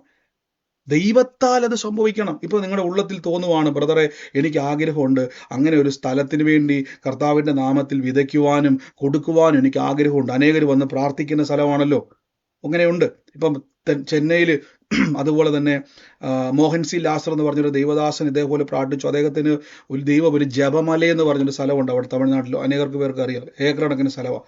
അവർ പ്രാർത്ഥിക്കുന്ന സമയത്ത് ഒരു മനുഷ്യൻ്റെ ഹൃദയത്തിൽ തോന്നിച്ചു, ജീസസ് റെഡി മിനിസ്ട്രി അല്ലേ, ഒരു ഹൃദയത്തിൽ തോന്നിച്ചു. ഒരു മനുഷ്യൻ പറഞ്ഞു, ഞാൻ എന്ത് ചെയ്യാം, ഈ 6 ഏക്കറോ 10 ഏക്കറോ എന്ത് സ്ഥലം ഞാൻ നിങ്ങൾക്ക് വേണ്ടി എന്ത് ചെയ്യാം, മേടിച്ചു തരാം. അപ്പം അങ്ങനെ ഹൃദയത്തിൽ തോന്നിക്കുകയും പിടിപ്പ്, ഞാൻ പറയും, നാളെ നിങ്ങൾ തന്നേ പറ്റത്തുള്ളൂ, നല്ലതല്ല. പരിശുദ്ധാത്മാവ് നിങ്ങൾക്ക് പ്രേരിപ്പിക്കുന്നുണ്ടെങ്കിൽ മാത്രമേ ചെയ്യാവുള്ളൂ. അങ്ങനെ നിങ്ങളൊരു കാര്യം കൊടുക്കുന്ന സമയത്തോ ആണെങ്കിൽ പോലും ആരെങ്കിലും വന്ന് ചോദിച്ചത് കൊണ്ടോ ബ്രദർ കടന്ന് ഇങ്ങനെ പിടിച്ചു വലിച്ച് ഒന്നുമല്ല. നിങ്ങളുടെ ഹൃദയത്തിൽ തോന്നുന്നില്ല എങ്കിൽ ഒന്നും കൊടുക്കരുത്. ഇപ്പം നിങ്ങൾക്ക് തോന്നുവാണ്, ബ്രദറെ എനിക്ക് ആഗ്രഹമുണ്ട്, അങ്ങനെ ഒരു സ്ഥലം എനിക്ക് കൊടുക്കാൻ ആഗ്രഹമുണ്ട്, വിട്ടുകൊടുക്കാൻ ആഗ്രഹമുണ്ട്, അവിടെ നല്ലൊരു പ്രാർത്ഥനാ ഹോള്, അത് കർത്താവിൻ്റെ നാമത്തിൽ നിങ്ങൾ പ്രാർത്ഥിക്കണം. കർത്താവെ, അത് എൻ്റെ മനസ്സിൽ അത് കൊടുക്കുമ്പോൾ ഒരു നഷ്ടബോധവും വരരുത്. അങ്ങനെയാണെങ്കിൽ പരിശുദ്ധാത്മാവെ, ഞാൻ ദൈവഹിതത്താലാണ് അത് കൊടുക്കുന്നതെങ്കിൽ എൻ്റെ മനസ്സിൽ ഒരു കുറ്റബോധമോ ഒരു നിരാശയോ ഒരു നഷ്ടബോധം പോലും വരരുത്. പൂർണ്ണ മനസ്സോടെ കൊടുക്കുവാൻ ദൈവഹിതമാണെങ്കിൽ എന്നെ പ്രേരിപ്പിക്കണം. കൊടുക്കൽ വാങ്ങലുകൾ ഞങ്ങൾ പറഞ്ഞു നമ്മുടെ ജീവിതത്തിൽ വളരെ ശ്രദ്ധിക്കണം. രണ്ടാമത്തായിട്ടുള്ളത് നോക്കിക്കേ, വിവാഹം എല്ലാവർക്കും മാന്യവും കിടക്ക നിർമ്മലവുമാകട്ടെ. തെറ്റായ ബന്ധങ്ങൾ വിശ്വാസ ജീവിതത്തിൽ ശ്രദ്ധിക്കണം, ആത്മീയ ജീവിതത്തിൽ ശ്രദ്ധിച്ചോണം. നിങ്ങളെ വിശ്വാസത്തിൽ ഉയർത്തുകയും കൈത്താങ്ങുകയും ചെയ്യുന്നവരുടെ കൂട്ടുകളെ ആത്മീയ ജീവിതത്തിൽ കൂടാവുള്ളൂ. ശ്രദ്ധിച്ചോണം. ദൈവദാസന്മാരെ കുറ്റം പറയുന്ന, അല്ലെങ്കിൽ ഇപ്പോൾ പറയാം നിഖിൽ ബ്രദർ ചുമ്മാ കള്ളത്തരമാണ്, അങ്ങനെയാണ് ഇങ്ങനെയാന്ന് പറഞ്ഞുകൊണ്ട്, എൻ്റെ കാര്യം മാത്രമല്ല ഏത് ബ്രദറിനെയും കുറ്റം പറയുന്ന ഒരാൾ. ഇനി കുറ്റമുണ്ട്, എനിക്കിപ്പോൾ കുറ്റമുണ്ട്. ചിലപ്പോൾ നിങ്ങൾ ചിന്തിക്കും, ബ്രദർ ഫോൺ വിളിച്ചാൽ ചിലപ്പോൾ എടുക്കാറില്ല, തിരക്കുകൊണ്ടായിരിക്കും, മെസ്സേജിന് റിപ്ലൈ തരാറില്ല. കാര്യം ആയിരക്കണക്കിന് കോളുകളും മെസ്സേജുകളും വരും. എനിക്ക് ചിലപ്പം നിങ്ങളെ വ്യക്തിപരമായിട്ട് പലരും എനിക്ക് മിസ് ചെയ്തെന്ന് വരും, പലർക്ക് റിപ്ലൈ തരാൻ പറ്റുന്നത്. അപ്പം നിങ്ങൾക്ക് വേണേൽ പരാതി പറയാം, ബ്രദർ റിപ്ലൈ തരത്തില്ല, ബ്രദർ ഫോൺ എടുത്താൽ എടുക്കത്തില്ല, ബ്രദർ അങ്ങനെയാണ്. എനിക്ക് ഒത്തിരി കുറവുകൾ കണ്ടേക്കാം. ഉടനെ അടുത്ത ആളോട് പറയരുത്, ബ്രദർ ഭയങ്കര അങ്ങനെയാണ് ഇങ്ങനെയാണ് പാർഷ്യാലിറ്റിയാണ്, ബ്രദറിന് ഇങ്ങനെയാണ്. അങ്ങനെ പറയാതെ ബ്രദറിന് വേണ്ടി നമുക്ക് പ്രാർത്ഥിക്കാമെന്നേ, അദ്ദേഹത്തെ ബലപ്പെടുത്താൻ വേണ്ടി, അദ്ദേഹത്തിന് സമയങ്ങൾ ഉണ്ടാകാൻ വേണ്ടി, നമുക്ക് എല്ലാവർക്കും മറുപടി തരാൻ വേണ്ടി. അങ്ങനെ പറയുന്നവരുടെ കൂട്ടുകൾ, അതാണ് തെറ്റായ ബന്ധങ്ങളിൽ നിന്ന് പുറത്തു വരണം. ഇതൊക്കെ നമ്മളെ സ്വാധീനിക്കും, ഇതൊക്കെ നമ്മുടെ ജീവിതത്തിൽ വളർച്ചയ്ക്കും തളർച്ചയ്ക്കും കാരണമാവും. ആമേൻ. അതുകൊണ്ടാണ് ഇവിടെ പൗലോസ് പറയാണ്, അടുത്ത വാക്യത്തിൽ പറഞ്ഞു, ഞാൻ നിന്നെ ഒരു നാളും കൈവിടത്തില്ല. അപ്പൊ ദൈവത്തിന്റെ ഭാഗമുണ്ടോ? ആരെല്ലാം എന്നെ കൈവിട്ടാൽ എപ്പോഴും പറയണം, എൻ്റെ കർത്താവ് എന്നെ ഒരു നാളും കൈവിടത്തില്ല, ഒരു നാളും ഉപേക്ഷിക്കത്തില്ല. ഇത്രയും കാര്യം പറഞ്ഞിട്ടാണ് പറയുന്നത്. എന്ന് ഞാൻ അരുളി ചെയ്തിരിക്കുന്നുവല്ലോ എന്ന് പഴയ നിയമത്തിലെ ഒരു ഉദ്ധരണി എടുത്ത് പറയുകയാണ്. ആമേൻ. അപ്പൊ ഇവിടെ നിങ്ങൾ നോക്കി, അപ്പൊ നമ്മള് കർത്താവിന്റെ നാമത്തിൽ നിൽക്കുമ്പോൾ സ്നേഹം വേണം, പക്ഷെ നമുക്ക് പരിജ്ഞാനവും ബൈബിൾ വേണം. ഞാൻ എൻ്റെ ജീവിതത്തിൽ പലപ്പോഴും ഞാൻ പലരെയും സഹായിച്ചിട്ടുണ്ട്. പക്ഷെ ഞാൻ പ്രാർത്ഥിക്കും, കർത്താവേ, ദൈവഹിതമാണോ ഞാൻ ഈ കൊടുക്കുന്നത്? കർത്താവിൻ്റെ ഹിതമാണോ? കാര്യം ഞാൻ എപ്പോഴും നിങ്ങൾ നോക്കിക്കോണം, എൻ്റെ ആഗ്രഹം, ഞാൻ വിശ്വാസി വന്ന സമയത്ത് നമ്മൾ കർത്താവിൻ്റെ നാമത്തിൽ അനേകരെ സഹായിക്കണം, അനേകരെ ഹെൽപ്പ് ചെയ്യണം. പക്ഷേ നിങ്ങൾ എന്ത് ചെയ്യണം? അനേകരെ പഠിപ്പിക്കണം. എങ്ങനെയാണ് ഇപ്പം ഞാൻ നിങ്ങളോട് വന്നിട്ട് പറയാം, ഇപ്പം ഞാൻ ഇവിടെ ഇരുന്നുകൊണ്ട് എല്ലാ ദിവസവും യേശുവിൻ്റെ നാമത്തിൽ പ്രാർത്ഥിക്കുവാൻ ഞാൻ മാത്രമാണ് പ്രാർത്ഥിക്കുന്നതെങ്കിൽ നിങ്ങൾ ഒരിക്കലും രോഗസൗഖ്യ പ്രാർത്ഥന പഠിക്കത്തില്ലായിരുന്നു. അല്ലെ? എത്ര പേർക്ക് സ്വന്തമായി പ്രാർത്ഥിച്ച് സൗഖ്യം ലഭിച്ചവരുണ്ട്? സ്വന്തമായി പ്രാർത്ഥിച്ച് രോഗസൗഖ്യം ലഭിച്ചവര്, സൗഖ്യം എൻ്റെ അവകാശമാണെന്ന് പറഞ്ഞ് പ്രാപിച്ച എത്ര പേരുണ്ട്? എനിക്ക് ലഭിച്ചു. ഞാനുണ്ട്. ലഭിച്ചിട്ടുണ്ട്. കണ്ടോ? അപ്പൊ ഞാൻ എന്ത് ചെയ്തു? പരിശുദ്ധാത്മാവ് എന്നെ പഠിപ്പിച്ചത് ഞാൻ നിങ്ങളെ പഠിപ്പിച്ചു. ഇതേപോലെ തന്നെ നമ്മൾ പലതും പഠിക്കാനും പഠിപ്പിക്കുവാനും ഉള്ളവരാണ്. ഹല്ലേലൂയ. അതുകൊണ്ടാണ് ഇവിടെ ദ്രവ്യാഗ്രഹം എന്ന് കേട്ട് കഴിഞ്ഞാൽ തെറ്റായ മാർഗത്തിലൂടെ സമ്പാദിക്കുന്ന ആര്? തെറ്റായ മാർഗം എന്ന് പറഞ്ഞാൽ ഒരു വ്യക്തിക്ക് നിങ്ങൾ നിമിത്തം ഉപദ്രവം ഉണ്ടാകുന്നതാണ് തെറ്റായത്. ഒരു വ്യക്തി നിങ്ങൾ നിമിത്തം വേദനിക്കുന്നുണ്ടെങ്കിൽ ആ നന്മ വേണ്ട. ഞാൻ നിമിത്തം ഒരാൾക്ക് വേദന ഉണ്ടായി, എനിക്കത് വേണ്ട. ദൈവം എന്നെ അനുഗ്രഹിച്ചിട്ടുണ്ടെന്ന്, എനിക്ക് ധനമുണ്ട്, മാനമുണ്ട്, പുരാതന സമ്പത്തുണ്ട്, ദൈവത്തിന്റെ അവകാശങ്ങളുണ്ട്, എനിക്ക് മതി, ഉള്ളത് മതി. ഇപ്പൊ മനസ്സിലായോ? ഉള്ളത് കൊണ്ട് തൃപ്തിപ്പെടുമെന്ന് പറയാൻ കാരണം, ഉള്ള കഞ്ഞി എനിക്ക് കിട്ടിയുള്ളൂ, കറിയില്ല, ഒന്നുമില്ല, അച്ചാറ് പോലും ഇല്ല, ഉപ്പ് പോലും ഇല്ല. അതല്ല അവിടെ പറഞ്ഞേക്കുന്നത്. ദൈവം സമൃദ്ധിയുടെ ദൈവമാണ്. ഞെരുക്കത്തിരുന്നപ്പോൾ ഞാൻ നിലവിളിച്ചു, ദൈവം എനിക്ക് വിശാല തരുന്ന ദൈവമാണ് നമ്മുടെ ദൈവം. അതല്ല ഇവിടെ പറയുന്നത്. പൗലോസ് പറയുന്ന ആ ദാരിദ്ര്യവും ഇവിടെ എബ്രായ ലേഖനം പറയുന്നത് ഉള്ളത് കൊണ്ട് തൃപ്തിപ്പെടാൻ. പലരുടെ ഉപദേശം എങ്ങനെയാണ്? ഉള്ളത് കൊണ്ട് തൃപ്തിപ്പെടാൻ പറഞ്ഞാൽ, എനിക്കിപ്പോൾ ഒരു ഉടുപ്പ് ഉള്ളൂ ബ്രദറെ, പ്രാർത്ഥനയ്ക്ക് പോകാൻ വേണ്ടി. ആ ഉടുപ്പിട്ടുകൊണ്ടാണ് ഞാൻ ജോലിക്ക് പോകുന്നത്, ആ ഉടുപ്പ് കഴുകി വിരിച്ചാണ് ഞാൻ ആരാധനയ്ക്ക് പോകുന്നത്. എത്ര വർഷമായി? 10 വർഷമായിട്ട് ഒരു ഉടുപ്പ്. ഇതല്ല. പലരും അങ്ങനെ വിചാരിക്കും, ഉള്ളത് കൊണ്ടും. അപ്പോൾ ചിലർ വന്നിട്ട് പ്രസംഗിക്കും, ഉള്ളതുണ്ടല്ലോ നിനക്ക്, ഒരു ഉടുപ്പെങ്കിലും ഉണ്ടല്ലോ. എന്നല്ല, എനിക്ക് ധനമുണ്ട്, മാനമുണ്ട്, പുരാതന സമ്പത്തുണ്ട്. ഞാൻ ഏറ്റവും നന്നായി നടക്കുന്നത് യേശുവിന് ഇഷ്ടം. അതുകൊണ്ടാണ് നമ്മൾ പ്രാർത്ഥന വെച്ചപ്പോൾ എൻ്റെ ആഗ്രഹം, ഏറ്റവും നല്ല ഓഡിറ്റോറിയം നമുക്ക് വേണം, ഏറ്റവും നല്ല സൗകര്യം നമുക്ക് വേണം. കാര്യം ഞാൻ ഒരു കാലഘട്ടത്തിൽ 150 രൂപയുടെ 100 രൂപയുടെയും 250 രൂപയുടെയൊക്കെ ഹോളിൽ പ്രാർത്ഥന വെച്ചിട്ടുണ്ട്. ആ കാലഘട്ടം എന്ന് പറഞ്ഞു കഴിഞ്ഞാൽ 2016 വന്നിട്ടില്ല. 2000 രൂപ കൊടുത്താൽ, 5000 രൂപ കൊടുത്താൽ നല്ല ഹോളുകൾ കിട്ടും. അന്നത്തെ കാലഘട്ടത്തിൽ, വിശ്വാസത്തിൽ ഇറങ്ങിയ കാലഘട്ടത്തിൽ, അത്രയും വലിയൊരു ഹോൾ എടുത്ത് പ്രാർത്ഥന വെക്കാനുള്ള ആൾക്കാരൊന്നുമില്ല. 4-3 പേർക്ക് വേണ്ടി വെറുതെ 2000 രൂപയുടെ 100 പേർക്ക് കൊള്ളുന്ന ഹോൾ എടുത്തിട്ട് അതിനുള്ള ഇതില്ല. അവിടെ ഞങ്ങൾ തന്നെ ഉണ്ടാക്കിയെടുത്ത ഒരു സ്പീക്കറും ബോക്സും ഞാൻ തന്നെ കൊണ്ടു നടക്കുന്ന ഒരു പഴയകാല ഒരു മിക്സറും എറണാകുളത്ത് നിന്ന് മേടിച്ചതാ. ഇവിടെ നിങ്ങാണ്ട് ചെറിയൊരു കുഞ്ഞു മിക്സറും വെച്ചുകൊണ്ടാണ് അന്നത്തെ കാലഘട്ടത്തിൽ ഞാൻ തന്നെ അത് പ്ലഗ് ചെയ്യുന്നു, ഞാൻ തന്നെ അത് കുത്തുന്നു, ഞങ്ങൾ തന്നെ പാടുവാണ്, വൈഫൊക്കെ പാട്ട് പാടുന്നു. ഇങ്ങനെ ജീവിച്ചപ്പോഴും സന്തോഷം എനിക്കുണ്ടായിരുന്നു. കാര്യം അന്നും ഞാൻ വിശ്വസിച്ചു വലിയ ഡോറുകൾ ദൈവം തുറക്കും. ഞാൻ കഷ്ടത്തിലാന്നല്ല പറഞ്ഞേക്കുന്നത്, അന്നും പറഞ്ഞു ഞാൻ സമൃദ്ധിയിലാണ്. ഞാൻ കർത്താവിൻ്റെ നാമത്തിൽ ഉയർച്ച തന്നെ പ്രാപിക്കും, ഞാൻ താഴ്ച പ്രാപിക്കത്തില്ല. ഹല്ലേലൂയ. അപ്പൊ ആ ഒരു കാലഘട്ടത്തിൽ ഏറ്റവും ബെസ്റ്റ് വേണം, നമുക്ക് ഏറ്റവും ബെസ്റ്റ് വേണം. ഞാൻ പറഞ്ഞില്ല, ഒരു കാലഘട്ടത്തിൽ നമ്മുടെ ഗൂഗിൾ മീറ്റ് പൊക്കോണ്ടിരുന്ന സമയത്ത് ഡിസ്പ്ലേ ഇല്ലാത്ത ലാപ്ടോപ്പ് ആയിരുന്നു. നിങ്ങൾ പോലും അറിഞ്ഞില്ല. ചെയ്യുന്ന ഞാൻ ഇന്നൊരു സാക്ഷ്യം പോലെ ഞാൻ പറയുക, അന്ന് ഡിസ്പ്ലേ ഇല്ലാത്ത. അതുകൊണ്ട് ഞാൻ പറയാം, ഉള്ളത് മതി എന്നല്ല. ഞാൻ അന്നും വിശ്വസിച്ചു ഏറ്റവും ബെസ്റ്റ് വരും. കർത്താവ് എനിക്ക് ഈ പൊട്ട ലാപ്ടോപ്പേ തന്നുള്ളൂ എന്ന് പറഞ്ഞുകൊണ്ടല്ല ഇരിക്കേണ്ടത്. അവിടെ നിന്നോട് പ്രവചിക്കണം, നമ്മുടെ അവസ്ഥകളെ നോക്കി പ്രവചിക്കണം. ധനവും മാനവും എൻ്റെ ജീവിതത്തിൽ വരും, നന്മ വരും, ഉയർച്ച എനിക്ക് ഉണ്ടാകും, ഞാൻ വാരി വിതറി കൊടുക്കും. എന്നാൽ ഒരു മനുഷ്യൻ്റെയും എന്ത് ചെയ്യരുത്, ഞാൻ ചിലർ പറയണം, ബ്രദറെ ഇന്നയാൾ എന്നെ സഹായിക്കാൻ ഏറ്റിട്ടുണ്ട്, ബ്രദർ അയാളുടെ മനസ്സൊന്ന് എനിക്ക് അനുകൂലമാകാൻ വേണ്ടി പ്രാർത്ഥിക്കണമെന്ന് ചിലർ പ്രാർത്ഥന റിക്വസ്റ്റ് പറയാറുണ്ട്. ഞാൻ പലപ്പോഴും പറയാറുണ്ട്, ദൈവമാണ് എൻ്റെ സഹായം എന്ന് പറഞ്ഞു പഠിക്കണം. അപ്പം എന്നെ ഗുണമെന്ന് അറിയാവോ? ഇനി ആ വ്യക്തി നോ പറഞ്ഞാലും വേറെ ആൾക്കാരെ ദൈവം ഒരുക്കും.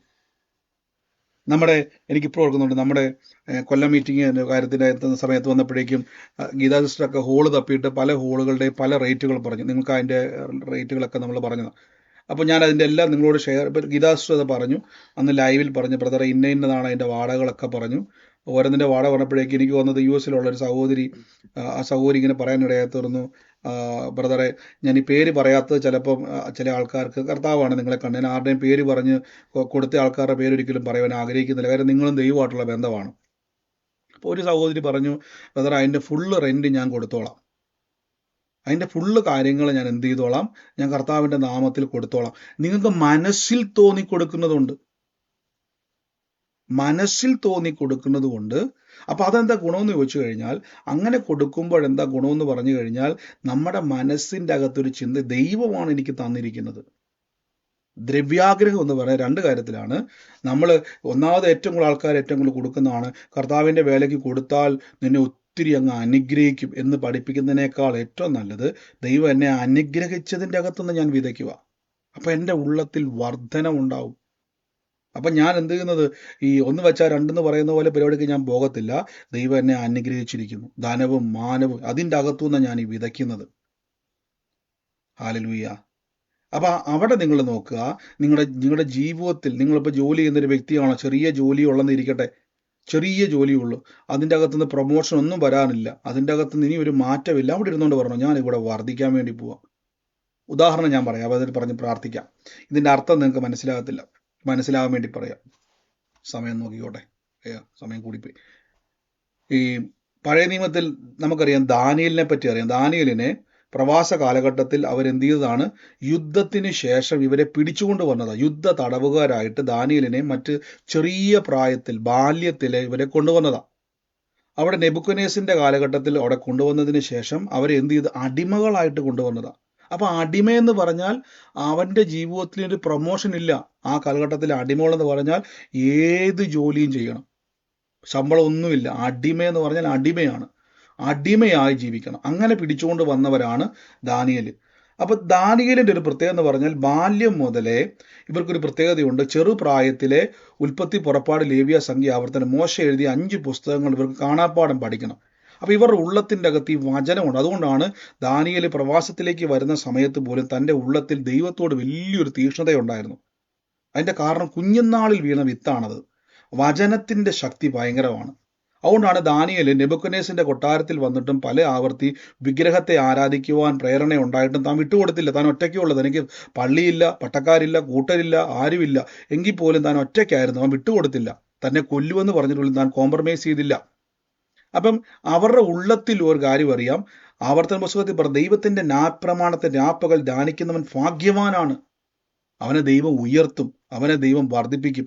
ഇത് അടിമയായിരുന്ന വ്യക്തിക്ക് അറിയാമായിരുന്നു. അവനത് വിശ്വസിക്കുന്നവനായിരുന്നു, ദൈവത്തിന്റെ വചനങ്ങളെ വിളിച്ചു പറയുന്നവനായിരുന്നു. പലയിടത്തും കാണാൻ പറ്റും. അതുകൊണ്ട് എന്ത് സംഭവിച്ചു, അടിമയായിരുന്ന വ്യക്തിയെ കൊട്ടാരത്തിൽ ഏറ്റവും വലിയ ശ്രേഷ്ഠന്മാരുടെ കൊണ്ടിട്ടു. അപ്പൊ പ്രമോഷൻ കൊണ്ടുവരുന്ന വഴി കണ്ടോ? അടിമയ്ക്കൊരിക്കലും പ്രമോഷൻ ഇല്ല. അടിമയ്ക്ക് ഒരു ജീവിതത്തിൽ പ്രമോഷനും ഇല്ല. യോസേഫിന് കാരാഗൃഹത്തിൽ എന്നാ പ്രമോഷനാ? കാരാഗൃഹത്തിൽ കൂടിപ്പോയ പ്രമോഷൻ കിട്ടും, തൂത്തുവാരുന്ന പ്രമോഷൻ, അവിടെ കുളിപ്പിക്കുന്ന പ്രമോഷൻ, ഇതിൻ്റെ അപ്പുറം പ്രമോഷൻ ഇല്ല. പക്ഷെ അവനെ കൊട്ടാരത്തിലേക്ക്. അപ്പം നിങ്ങളുടെ ചെറിയ ജോലി ഇരുന്നുകൊണ്ട് വേണം, കർത്താവ് എന്നെ വർദ്ധിപ്പിക്കും, ദൈവം എന്നെ വർദ്ധിപ്പിക്കും, ദൈവം എന്നെ കൈവിടത്തില്ല, ദൈവം എന്നെ ഉപേക്ഷിക്കത്തില്ല, ഒരു നാളും കൈവിടത്തില്ല, ഞാനിവിടെ വർദ്ധിക്കും. നിങ്ങളുടെ മേഖലകൾ വളരുവാൻ തുടങ്ങും. നിങ്ങൾ ബിസിനസ്സിൻ്റെ അകത്ത് ഇരിക്കുമ്പം അവിടെ ഇരുന്നുകൊണ്ട് തെറ്റായ ബന്ധങ്ങൾ ബിസിനസ്സിൻ്റെ അകത്ത്. തോമസ് പറ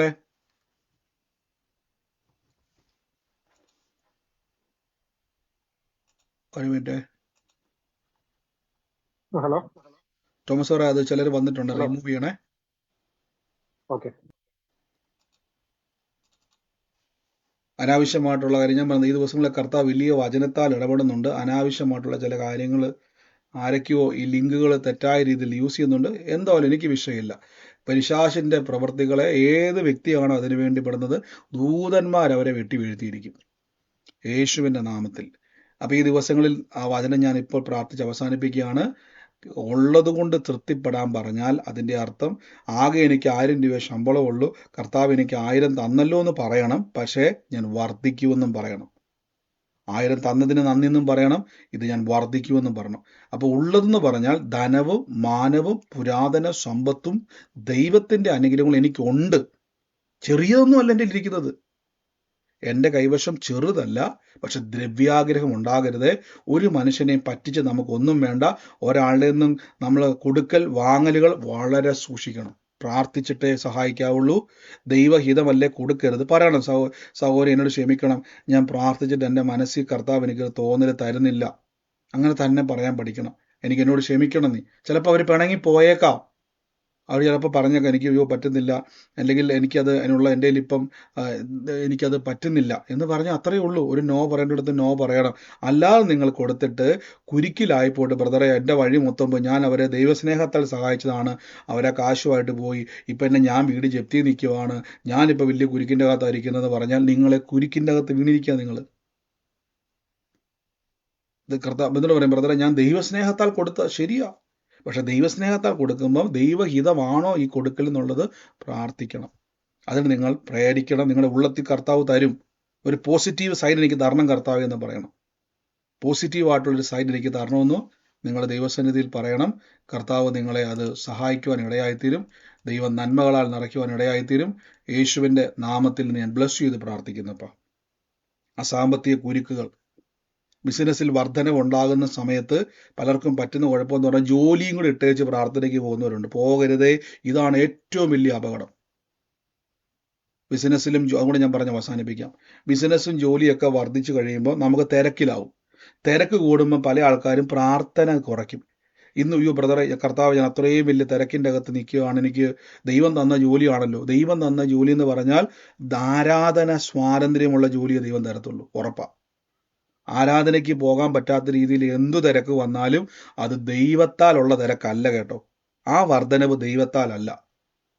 കാര്യം നിങ്ങൾ എപ്പോഴും ഓർത്തോണം, ദൈവം വെച്ചേക്കുന്ന ആ ശബത്ത് എന്ന് പറഞ്ഞാൽ യഹൂദനെ സംബന്ധിച്ചിടത്തോളം എന്നാ പ്രശ്നമുണ്ട്, എന്നാ ലാഭം വന്നാലും ശബത്ത് വിട്ടൊരു കളി അവർക്കില്ല. പലരും ഞങ്ങളുണ്ട്. ഇപ്പൊ എനിക്കറിയാവുന്ന ഒത്തിരി പേരുണ്ട്. ഞായറാഴ്ചകളിലായിരിക്കും ഏറ്റവും കൂടുതൽ ജോലി വരുന്നത്. ഞായറാഴ്ചയായിരിക്കും ഏറ്റവും നല്ലത്. പോകരുത്, ഇല്ലെങ്കിൽ വേണ്ട എനിക്ക്. ഇനി എത്ര സമ്പത്ത് എനിക്ക് കിട്ടിയാലും പ്രാർത്ഥന മുടക്കിയിട്ട് നിങ്ങൾ ആ വഴിക്ക് പോയാൽ ഞാൻ ഉറപ്പിച്ചു പറയുന്നു, ആ ഡോറുകൾ കുറെ കഴിയുമ്പോൾ അടയും. ഇപ്പൊ ഭയങ്കര ലാഭമായിരിക്കും, പക്ഷെ അതെല്ലാം കയ്യിൽ നിന്ന് പോകും. ഉറപ്പിച്ച് ഞാൻ പറയാം. അങ്ങനെ പോയ ആൾക്കാർ ഞാൻ കണ്ടിട്ടുള്ളത് രക്ഷപ്പെട്ടിട്ടില്ല. അവർ പിന്നത്തേതിൽ വലിയ സാമ്പത്തിക കുരുക്കളിലേക്ക് പോയവരെ എനിക്കറിയാം, വലിയ കുരുക്കിലേക്ക്. അതുകൊണ്ട് എന്ത് വന്നാലും പ്രാർത്ഥനയും ആരാധനയുമാണ് എൻ്റെ അടിസ്ഥാനം. എൻ്റെ വരുമാനമല്ല, ബിസിനസ്സിലെ വർധനവല്ല. ബിസിനസ്സിലും അതുപോലെ തന്നെ നിങ്ങൾ തെറ്റായ ബന്ധങ്ങളിൽ പോയി ചേരരുത്. ഒരു പാർട്ട്ണറുമായിട്ട് നിങ്ങൾ ചേർന്നെങ്കിൽ പ്രാർത്ഥിക്കണം, ഞാൻ അവരുമായിട്ട് ചേർന്നു ബ്രദറെ, അവരുമായിട്ട് ചേർന്നെങ്കിൽ എനിക്ക് നിലനിൽക്കാൻ പറ്റത്ത. ദൈവം പറയാം വേണ്ടെന്ന് പറഞ്ഞാൽ ചെയ്യരുത്. ഒറ്റയ്ക്ക് നിൽക്കാനാ പറയുന്നെങ്കിൽ നിന്നോണം, ദൈവം വർദ്ധിപ്പിക്കും. അയ്യോ ബ്രദറെ അങ്ങനെയല്ല, അവരും കൂടെയൊക്കെ ഉണ്ടെങ്കിലുള്ളൂ എനിക്ക് നിലനിൽക്കാൻ പറ്റത്തുള്ളൂ. ആരാ പറഞ്ഞത് നിങ്ങളോട്? ദൈവത്തിൻ്റെ സന്നിധിയിൽ അത് അങ്ങനെ അല്ലെങ്കിൽ ദൈവം നിങ്ങളെ വർദ്ധിപ്പിക്കും. അബ്രഹാമോട് തമ്പുരാൻ ഇട്ടേച്ച് വരാനാണ് പറഞ്ഞത്, മേടിച്ചുകൊണ്ട് വരാനല്ല പറഞ്ഞത്. നന്ദി കർത്താവേ. അപ്പോൾ ഈ ദിവസങ്ങളിൽ ജീവിതത്തിലായിക്കോട്ടെ തെറ്റായ ബന്ധങ്ങൾ, ഫോൺ ബന്ധങ്ങൾ അങ്ങനെയുള്ളതൊക്കെ വരുമ്പോൾ ഓർത്തോണം, അത് ഇപ്പോൾ സന്തോഷം തോന്നിയാലും കുറേ കഴിയുമ്പം നിങ്ങളുടെ ജീവിതത്തിൽ അത് മുഴുവൻ എന്ത് ചെയ്യും? തകർച്ചയിലേക്ക് പോകും. അറക്കാനും മുടിക്കാനും മോട്ടിക്കാനും പിശാച് വരുന്നത്. അവന് വഴി കൊടുക്കരുത്. ബൈബിളിൽ പറഞ്ഞു ഞാൻ നിന്നെ ഒരു നാളും കൈവിടത്തില്ല. ദൈവത്തിൻ്റെ ഗ്യാരണ്ടിയാണ്. ഇനി എന്തൊക്കെ എനിക്ക് എൻ്റെ ഈ ലോകപ്രകാരം എനിക്കെതിരെ എന്ത് ശക്തികൾ വന്നാലും തമ്പുരാൻ പറഞ്ഞു ഞാൻ നിന്നെ കൈവിടത്തില്ല, ഞാൻ നിന്നെ ഉപേക്ഷിക്കത്തില്ല. ഇത്രയും കാര്യം നിങ്ങൾക്ക് മനസ്സിലായെന്ന് ഞാൻ വിശ്വസിക്കുന്നു. അതിഥി സൽക്കാരം മറക്കരുത്. ഒരാൾക്ക് ആഹാരം മേടിച്ചു കൊടുക്കുന്നത് സന്തോഷമാകണം. ഈ കർത്താവിൻ്റെ നാമത്തിൽ പ്രത്യേകിച്ച് നമ്മൾ എന്ത് ചെയ്താലും സന്തോഷത്തോടെ ചെയ്യണം. സ്വോത്രാഴ്ച കൊടുക്കുന്ന സമയത്ത് മനസ്സിൻ്റെ അകത്ത് ഒരു ഇതുപോലും ഇത് ബ്രദറിന് കൊടുക്കുകയെന്നൊരു ചിന്തയിൽ ആരും വിതയ്ക്കരുതേ. ഇത് അനുഗ്രഹിക്കപ്പെടാൻ വേണ്ടി വിതയ്ക്കരുത്. ചിലർ അങ്ങനെ പഠിപ്പിക്കുന്നവരുണ്ട്, അനുഗ്രഹം കിട്ടണോ എന്നാൽ കർത്താവിൻ്റെ വിലയ്ക്ക്. ഒരിക്കലും ചെയ്യരുത്, ഒരിക്കലും ചെയ്യരുത്. ഞാൻ അനുഗ്രഹിക്കപ്പെട്ടതുകൊണ്ട് വിതയ്ക്കുന്നതാണ്, അല്ലാതെ കിട്ടാൻ വേണ്ടി വിതയ്ക്കുമല്ല. ഞാൻ അനുഗ്രഹമാണ്, ഞാൻ അനുഗ്രഹമാണ് അങ്ങനെ പറഞ്ഞ് പഠിക്കണം. അപ്പോൾ നിങ്ങളുടെ ജീവിതത്തിൽ വർധനവുകൾ ഉണ്ടാകും, നിങ്ങളുടെ ജീവിത സ്ഥിതികൾ മാറും. ഈ ദിവസങ്ങളിൽ ഇന്നു മുതൽ നമ്മൾ കുറച്ചും കൂടെ ഈ ബ്ലസ്സഡ്, ഈ അനുഗ്രഹവും തടസ്സവും കൂടെ ഉള്ള ചിന്തകളെ പറ്റിയാണ് കേൾക്കാൻ വേണ്ടി പോകുന്നത്. അതിനെപ്പറ്റിയാണ് ചിന്തിക്കുന്നത്. അപ്പോൾ ഈ ദിവസങ്ങളിൽ കൊടുക്കൽ വാങ്ങലുകൾ, ഇനിയിപ്പം പ്രാർത്ഥിക്കുന്ന സഹോദരിമാരാണെങ്കിൽ പോലും സഹായം ചോദിച്ചാൽ പ്രാർത്ഥിക്കണം. കർത്താവേ ഞാൻ ഈ സമയത്ത് അവരെ അതോ ദൈവം വേറെ എന്തെങ്കിലും വെച്ചിട്ടുണ്ടോ അവർക്ക് വേണ്ടി? ഞാൻ കൊടുക്കേണ്ട ആളാണോ, അതോ മറ്റാരെങ്കിലും ആണോ, അതോ ഇത് വേറെന്തെങ്കിലും ആണോ? പ്രാർത്ഥിക്കണം. ദൈവം നിങ്ങളുടെ ഹൃദയത്തിൽ ഒരു പോസിറ്റീവ്, അതിന് നിങ്ങൾ അയ്യോ വെറുതെ എനിക്കൊന്നും പ്രാർത്ഥിച്ചിട്ട് വരുന്നില്ല, പ്രാർത്ഥിക്കണം, കൃപയ്ക്ക് വേണ്ടി പ്രാർത്ഥിക്കണം. ഇത് വളരെ പ്രധാനപ്പെട്ടത്. ഈ കൃപ ഇത് നിങ്ങളുടെ ജീവിതത്തിൽ ഏറ്റവും ആവശ്യമുള്ള കൃപയാണ്. ഇത് മനസ്സിലാക്കാനുള്ള കൃപ എനിക്ക് തരണം. ഇതിനെ തിരിച്ചറിയാനുള്ള കൃപ. എല്ലാവരെയും സഹായിക്കേണ്ടതല്ല, എല്ലാവരെയും സഹായിക്കേണ്ടവരല്ല, ദൈവഹിതമുള്ളവരെ സഹായിക്കണം. അല്ലെങ്കിൽ നമ്മൾ പോലും നിങ്ങൾക്ക് ഒത്തിരി അബദ്ധം പറ്റും, എനിക്കറിയാം കേട്ടോ. കൊടുത്ത് ഞാൻ ആദ്യം സാക്ഷ്യം പറഞ്ഞുകൊണ്ടാണ് അത് പറയേണ്ടതെന്ന് ഞാൻ വിചാരിച്ചത്. പക്ഷേ ആ വ്യക്തി ഭൂമിയിൽ നിന്ന് മാറ്റപ്പെട്ടു പോയി. കാര്യം അദ്ദേഹം യേശുവിലേക്ക് വളർന്നു വരുന്ന വ്യക്തിയായിരുന്നു. അദ്ദേഹത്തിന് തീരുമാനം എടുക്കാൻ പറ്റിയില്ല. അദ്ദേഹം തകർന്നു പോയി മാനസികമായിട്ട്. അദ്ദേഹത്തിന് അങ്ങോട്ട് കയറാൻ പോലും പറ്റാത്ത രീതിയിൽ അദ്ദേഹമായിരുന്ന സമുദായക്കാർ അദ്ദേഹത്തെ വലഞ്ഞു. ഞാൻ ആ ഭവനത്തിൽ പോയിട്ടുണ്ട്. കുറ്റവാളിയെ നോക്കുന്നത് പോലെ നാട്ടുകാർ നോക്കുന്നത്. കാര്യം അവരുടെ വീട്ടിൽ കൊണ്ടുവന്ന് ജപ്തി നോട്ടീസ് ഒട്ടിച്ചു വെച്ചിരിക്കുകയാണ്. എന്തുകൊണ്ട്? ആ ഉപദേശിനെ അല്ലെങ്കിൽ ആ ഒരു സുവിശേഷം പറഞ്ഞു വന്നു എന്ന ആളെ സഹായിച്ചെന്ന് പറഞ്ഞുകൊണ്ട്. അപ്പോൾ അവിടെ എല്ലാ സുവിശേഷകർക്കും എന്തുണ്ടായി? പ്രശ്നമുണ്ടായി. കർത്താവിൻ്റെ നാമത്തിൽ ഞാൻ ബ്ലസ് ചെയ്യുന്നപ്പാ, ഓരോരുത്തരെയും ബ്ലസ് ചെയ്യുന്നപ്പാ. ഇന്ന് കർത്താവെ, ഇവരുടെ ജീവിതത്തിൽ ഏതെങ്കിലും രീതിയിൽ ഒരു തെറ്റായ ബന്ധം, കുടുംബ ജീവിതത്തിൽ ഏതെങ്കിലും റിലേഷൻഷിപ്പുകൾ അവരുടെ ജീവിതത്തെ നശിപ്പിക്കാൻ നോക്കുന്ന, കുടുംബ ജീവിതത്തിൽ വിള്ളലുകൾ കൊണ്ടുവെക്കാൻ നോക്കുന്ന ഭാര്യയ്ക്കായിക്കോട്ടെ, ഭർത്താവിനായിക്കോട്ടെ, മക്കൾക്കായിക്കോട്ടെ, കുടുംബ ജീവിതത്തിൻ്റെ സമാധാനത്തെ നഷ്ടപ്പെടുത്തുന്ന തെറ്റായ ബന്ധങ്ങളുള്ളവർ യേശുവിൻ്റെ നാമത്തിൽ അത് മുറിഞ്ഞു പോകട്ടെ. കൊടുക്കൽ വാങ്ങലുകൾ നിമിത്തമുണ്ടായ സാമ്പത്തിക തകർച്ചകൾ, നഷ്ടങ്ങൾ, സ്നേഹത്താൽ കൊടുത്തു, സ്നേഹ സന്തോഷത്തിൽ കൊടുത്തു, പിന്നത്തേതിൽ അവരുടെ ജീവിതത്തിൽ സമാധാനത്തെ കളഞ്ഞ വിഷയങ്ങൾ, നന്മയെ അടച്ചു കളഞ്ഞത്, നന്മയെ കുരുക്കിയിട്ടത്, ഇപ്പോൾ യേശുവിൻ്റെ നാമം തെറ്റായ ബിസിനസ്സുകൾ കൊണ്ടുവന്ന് സുഹൃത്തുക്കളായ ചില ആളുകൾ വഞ്ചിച്ചു കളഞ്ഞത്, യേശുവിൻ്റെ നാമത്തിൽ ആ കുരുക്കുകൾ അവരുടെ ജീവിതത്തിൽ നിന്ന് മാറട്ടെ. ഞങ്ങളത് പ്രാർത്ഥിക്കുന്ന യേശുവേ, അവരുടെ നന്മയെ ചില സ്ഥലവുമായിട്ട് ബന്ധപ്പെട്ട് ഇൻവെസ്റ്റ് ചെയ്തത് അത് പിന്നീട് ബാധ്യതകളായി മാറി, രോഗങ്ങളായി മാറി, യേശുവിൻ്റെ നാമത്തിൽ ശാപമായി കിടക്കുന്ന വിഷയങ്ങൾ ഇപ്പോൾ യേശുവിൻ്റെ നാമത്തിൽ അഴിഞ്ഞു മാറട്ടെ. ഞാനിന്ന് പ്രാർത്ഥിക്കുന്ന യേശുവേ, കർത്താവിൻ്റെ വലിയ കൃപയ്ക്കായി നന്ദി പറയുന്നപ്പാ. യേശുവേ നന്ദി കർത്താവേ, നന്ദി കർത്താവേ. എനിക്കറിയത്തില്ല, എൻ്റെ ഉള്ളത്തിൽ എനിക്കത് കൺഫർമേഷൻ അല്ല. കാർത്തിയെന്നാണോ കാർത്തിക്കെന്നാണോ എനിക്കറിയത്തില്ല.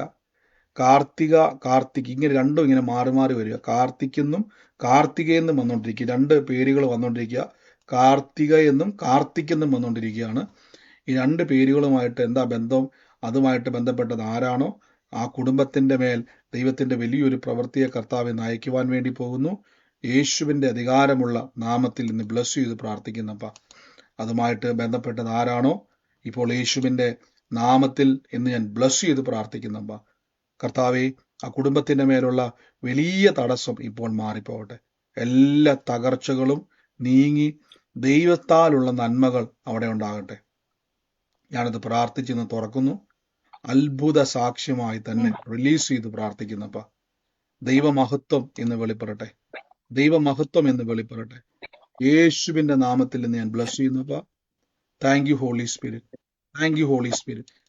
വലിയ നന്മ കുടുംബത്തിൽ തുറക്കട്ടെ. സൂമിലോ ലൈവിലോ ആയിക്കോട്ടെ, ആ കുടുംബവുമായിട്ട് ബന്ധപ്പെട്ടത് ആരാണോ യേശുവിൻ്റെ നാമത്തിൽ ഞാൻ തുറന്നു പ്രാർത്ഥിക്കുന്നപ്പ. നാളെ മുതൽ നമ്മൾ പറഞ്ഞു. കാർത്തിക് എന്റെ മരുമകന്റെ പേരാണ്. കാർത്തിക് എന്നാ വിളിക്കണത്. അവനെ കാർത്തികേയ എന്ന പേര്. കാർത്തിക് എന്ന് വിളിക്കൂ. കാർത്തികേയ എന്നാണ് പേര്. അതാ ഞാൻ വെച്ചാൽ പേര് വന്നപ്പോൾ എനിക്ക് ഇങ്ങനെ ഒരു കൺഫ്യൂഷൻ വന്നതുകൊണ്ടാണ്. യേശുവിൻ്റെ നാമത്തിൽ ഞാൻ ബ്ലസ് ചെയ്ത് പ്രാർത്ഥിക്കുന്നു. ആ മകന്റെ മേലുള്ള കുരുക്കുകളെ കർത്താവ് അഴിക്കുന്നു. അവന്റെ ജീവിതത്തെ നഷ്ടപ്പെടുത്തുവാൻ നോക്കുന്ന സകല പിശാചിന്റെ പ്രവർത്തികളെയും കർത്താവ് അവന്റെ ആയുസ്സിനെ ഞങ്ങൾ യേശുവിന്റെ നാമത്തിൽ പ്രാർത്ഥിക്കുന്നു. കർത്താവിന്റെ സാക്ഷ്യമായി തീരട്ടെ. വലിയ നന്മയായി കർത്താവ് തീർക്കട്ടെ. വലിയ കൃപകളാൽ സ്വർഗം നിറയ്ക്കട്ടെ. അനുഗ്രഹിച്ചു എന്ന് പ്രാർത്ഥിക്കുന്നപ്പ യേശുവിന്റെ നാമത്തിൽ തന്നെ ആമേൻ. നാളെ ഞാൻ എല്ലാവരുടെയും വീഡിയോസ് എല്ലാം ഓഫ് ചെയ്യും. കാരണം വെച്ചാൽ ഇതിൻ്റെ അകത്ത് വരുന്ന ആളുകൾ, ഇതിൻ്റെ അകത്ത് മിസ്യൂസ് ചെയ്യാൻ നോക്കുന്ന ആൾക്കാർ വീഡിയോ അവർക്ക് ഓൺ ആക്കിയിട്ടാണ് അശ്ലീലമായിട്ടുള്ള വീഡിയോകളെ ഷെയർ ചെയ്യാൻ നോക്കുന്നത്. അപ്പോൾ വീഡിയോസ് നിങ്ങൾ ഓഫ് ചെയ്യണ്ട, ഇവിടുന്ന് ഞാനത് ഓഫ് ചെയ്യും നാളെ മുതൽ. അത് നിങ്ങളൊന്ന് ഓർത്തോണം. യേശുവിൻ്റെ നാമത്തിൽ ഞാനിത് ബ്ലസ് ചെയ്ത് പ്രാർത്ഥിക്കുന്നു. അപ്പോൾ ഓരോ വ്യക്തികളെയും അനുഗ്രഹിക്കുന്നു. അപ്പോൾ കർത്താവ് ഇന്ന് വലിയ മഹത്വം ഇന്ന് തുറക്കട്ടെ. വലിയ നന്മകൾ യേശുവിൻ്റെ നാമത്തിൽ തുറന്നു വരട്ടെ. പരിശുദ്ധാത്മാവിൻ്റെ വലിയ പ്രവർത്തികൾ ദൈവാത്മാവ് ഓരോ വ്യക്തികളുടെ മേൽ തുറക്കുന്നതിന് നന്ദി പറയുന്നപ്പ. യേശുവിൻ്റെ നാമത്തിൽ പ്രാർത്ഥിക്കുന്നപ്പ. In the name of Jesus Christ, യേശുവിൻ്റെ നാമത്തിൽ ഞാൻ പ്രാർത്ഥിക്കുന്നപ്പ. അതോടൊപ്പം തന്നെ കർത്താവ് എന്നെ സരയു എന്ന് പറയുന്ന ഒരു പേര് കർത്താവിനെ കാണിക്കും. സരയു എന്ന് പറയുന്ന ഒരു പേര്, അത് ഒഫീഷ്യൽ നെയിമാണ്. വിളിപ്പേരാണ് എനിക്കറിയത്തില്ല. സരയു എന്നാണ് വിളിക്കുന്നത്. സരയു, അങ്ങനത്തെ ഒരു വിളിപ്പേരാണ് ഞാൻ കേൾക്കുന്നത്. അത് മലയാളികളാണോ മറ്റോ എനിക്ക് അറിയത്തില്ല. ഈ സൂമിലോ ലൈവിലോ ആ പേരുകാരിയുമായിട്ട് ബന്ധപ്പെട്ടത് ആരാണോ യേശുവിന്റെ നാമത്തിൽ അത് സ്വീകരിച്ചോണം. കർത്താവ് ഇന്ന് ആ മകളുടെ ജീവിതത്തിൽ ദൈവത്തിന്റെ ഒരു പ്രവൃത്തിയെ ചെയ്യുവാൻ വേണ്ടി പറയാൻ വേണ്ടി, അല്ലെങ്കിൽ നിങ്ങൾ മൈക്ക് മ്യൂട്ട് ചെയ്യണം. സൂമിൽ പറയാൻ വേണ്ടിയുള്ളവർ മാത്രം മ്യൂട്ട് മാറ്റിയാൽ മതി, അല്ലാത്തവർ കേട്ടാൽ മതി.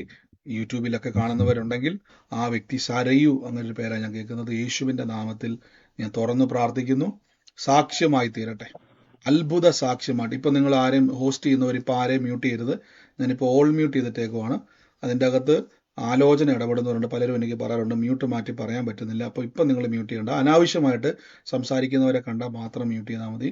ആലോചന ഇടപെടുന്നവർ, സംസാരിക്കാൻ വരുന്നവരുണ്ടെങ്കിൽ പറഞ്ഞോട്ടെ. യേശുവിന്റെ നാമത്തിൽ ബ്ലസ് ചെയ്യുന്നപ്പ കർത്താവിന്റെ വലിയ മഹത്വം ഇന്ന് അവരുടെ മേൽ വെളിപ്പെടട്ടെ. ആ മകളുമായിട്ട് ബന്ധപ്പെട്ടത് ആരാണോ ഇപ്പോൾ യേശുവിന്റെ നാമത്തിൽ സ്വീകരിച്ചു, ആ കുടുംബത്തിന്റെ മേൽ അവസ്ഥകളെ ദൈവം മാറ്റാൻ വേണ്ടി പോകുന്നു. നന്ദി കർത്താവേ, നന്ദി യേശുവേ, അങ്ങയുടെ വലിയ മഹത്വം ഇന്ന് വെളിപ്പെടുന്നല്ലോ അപ്പ. അതോടൊപ്പം തന്നെ കർത്താവ് എന്നെ ഒരു ഭവനത്തെ കർത്താവ് എന്നെ കാണിക്കുന്നു. വീടിന്റെ വലത്തുവശത്തായിട്ട് തന്നെ കുറേ നാൾ ഇവിടെ കപ്പ ഇടുന്നുണ്ടായിരുന്നു. കപ്പത്തോട്ടം പോലെ കിടന്നാണ്. ഇപ്പൊ ആ സ്ഥലം വിറ്റു. ആ സ്ഥലം വിറ്റ് മറ്റൊരാളുടെ കയ്യിലോട്ട് അത് അപകരിച്ചല്ല, അത് വിറ്റുപോയി. ആ വീടിന്റെ വലതുവശത്തായിരുന്നു ആ പ്രോപ്പർട്ടി കടന്നിരുന്നത്. അവിടെ നിങ്ങൾ കപ്പ ഇട്ടിരുന്ന ഒരു കാലഘട്ടമാണ് കർത്താവ് എന്നെ കാണിക്കുന്നത്. കപ്പ നട്ടുകൊണ്ടിരുന്ന ഒരു കാലഘട്ടം. ആ കാലഘട്ടത്തിൽ ഞാൻ കാണുന്ന ഒരു കാഴ്ച എന്ന് പറഞ്ഞാൽ 1979 എന്നൊരു കാലഘട്ടം കർത്താവ് എന്നെ കാണിക്കുന്നു. അവിടെ ഞാനൊരു പിതാവിന്റെ ഒരു കാലഘട്ടം, ആ കുടുംബത്തിന്റെ അകത്തൊരു പിതാവിന്റെ കാലഘട്ടം, ഒരു കണ്ണാടി വെച്ചൊരു മനുഷ്യനെ ഞാൻ കാണുന്നത്. ഏകദേശം 6 അടി പൊക്കമില്ല, അതിന്റെ അടുത്തോളം പൊക്കം വരുന്ന വലിയ ഹൈറ്റുള്ള ആളല്ല. അങ്ങനെ ഒരാളെ കർത്താവ് എന്നെ കാണിക്കുന്നു യേശുവിന്റെ നാമത്തിൽ. ബാക്കി അനാവശ്യമായിട്ട് സംസാരിക്കുന്നവരെല്ലാം മ്യൂട്ട് ചെയ്ത് നിങ്ങൾ ലെഫ്റ്റ് ചെയ്തിട്ട് യൂട്യൂബിൽ കേട്ടാൽ മതി പ്രാർത്ഥന. യേശുവിന്റെ നാമത്തിൽ ഞാൻ ആ കുടുംബത്തെ കർത്താവ് എന്നെ കാണിക്കുന്നു. ആ വ്യക്തിയുമായിട്ട് ബന്ധപ്പെട്ട് കർത്താവിനോടൊരു വാക്ക് പറയുകയാണ്. ആ കുടുംബത്തിന്റെ മേൽ ആ സ്ഥലം നഷ്ടപ്പെടുവാൻ, നിങ്ങളത് വിൽക്കേണ്ട ഒരു സാഹചര്യം വന്നതാണ്, യഥാർത്ഥത്തിൽ കൊണ്ടുവന്നിട്ടതാണ്. പല നന്മകളും ഇതേപോലെ നഷ്ടപ്പെട്ടു പോയ ഒരു കുടുംബമാണ്.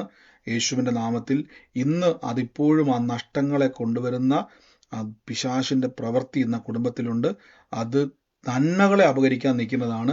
ഞാൻ ആ കുടുംബത്തെ ഇന്ന് ബ്ലസ് ചെയ്ത് പ്രാർത്ഥിക്കുമ്പോൾ തന്നെ ആ വരുമാന മാർഗം കുടുംബ ജീവിതത്തിൽ എല്ലാ മേഖലയിലും ദൈവത്താൽ ഒരു നന്മ തുറക്കാൻ വേണ്ടി പോകുന്നു.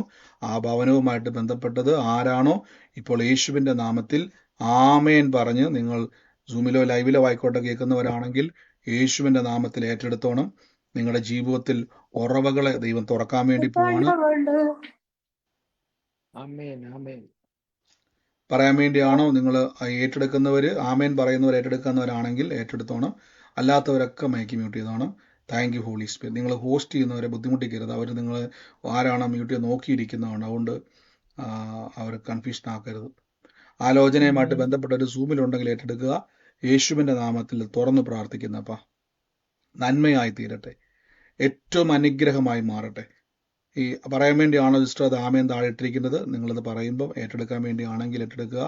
ദൈവം വലിയൊരു സാക്ഷ്യമാക്കി മാറ്റുന്നു. നന്ദി കർത്താവെ, യേശുവിന്റെ നാമത്തിൽ തുറന്നു പ്രാർത്ഥിക്കുന്നപ്പ കർത്താവിന്റെ വലിയ മഹത്വം എന്നവിടെ വെളിപ്പെടുന്നല്ലോ. വലിയ സാക്ഷ്യമായിട്ട് കർത്താവെ അങ്ങ് തുറക്കുന്നതിന് നന്ദി പറയുന്നു. ഈ സമയത്ത് രോഗികളായി ഭാരപ്പെടുന്നവർ എന്നെ കേൾക്കുന്നുവെങ്കിൽ ഇന്ന് ആ രോഗമുള്ള ഭാഗത്തോട്ട് കൈയെടുത്ത് വെച്ച് യേശുവിന്റെ അടിപ്പിണരുകളാൽ ഇന്ന് എനിക്ക് സൗഖ്യം വന്നിരിക്കുന്നു. ഇപ്പോൾ ആ രോഗസൗഖ്യം നിങ്ങളുടെ മേൽ സംഭവിക്കുന്നു. കർത്താവിന്റെ അത്ഭുതം നിങ്ങളുടെ മേൽ മാനിഫെസ്റ്റ് ചെയ്യുന്നു. എൻ്റെ യേശുവേ, കൃപ പെരുകുന്നല്ലോ, അത്ഭുതം പെരുകുന്നല്ലോ, തടസ്സങ്ങൾ മാറുന്നല്ലോ, പ്രതിസന്ധികൾ നീങ്ങുന്നല്ലോ, പ്രതികൂലങ്ങൾ മാറുന്നല്ലോ, എല്ലാ നിന്ദകളും യേശുവിന്റെ നാമത്തിൽ അവരുടെ ജീവിതം വിട്ട് മാറിപ്പോകുന്നല്ലോ. കർത്താവിന്റെ സാക്ഷ്യമായി ഓരോ വ്യക്തികളും തീരട്ടെ. സകല പ്രതികൂലങ്ങളും അത്ഭുതമാകട്ടെ. യേശുവിന്റെ നാമത്തിൽ തുറന്ന് പ്രാർത്ഥിക്കുന്നു. ഈ ദിവസങ്ങളിൽ സാമ്പത്തിക കുരുക്കുകളുണ്ട്, അതെല്ലാം അഴിയട്ടെ. അവരുടെ ജീവിതത്തിൽ സമാധാനം ഉണ്ടാകട്ടെ, അവരുടെ നന്മയുണ്ടാകട്ടെ. യേശുവിന്റെ നാമത്തിൽ പ്രാർത്ഥിക്കുന്നപ്പ ഈ നിമിഷം തന്നെ രോഗബന്ധനങ്ങൾ ശരീരം വിട്ട് മാറിപ്പോകട്ടെ. രോഗത്തിന്റെ ദുരാത്മാക്കൾ ശരീരം വിട്ട് മാറിപ്പോകട്ടെ. ഇപ്പോൾ ഈ നിമിഷം തന്നെ കാണത്തക്കവണ്ണം ഇപ്പോൾ ഈ നിമിഷം ക്രിയേറ്റീവ് മിറക്കിൾ, പുതിയ അവയവങ്ങൾ ഉണ്ടായി വരട്ടെ, പുതിയ അവയവങ്ങൾ ഉണ്ടായി വരട്ടെ. കാഴ്ച വർദ്ധിക്കുന്നു. കാഴ്ചയില്ലാത്തവർ കാഴ്ച, കണ്ണാടി വെക്കുന്നവർ ഇന്നു മുതൽ കണ്ണാടിയുടെ സഹായമില്ലാതെ കാണുക. സൗഖ്യം നിങ്ങളുടെ അവകാശമാണ്.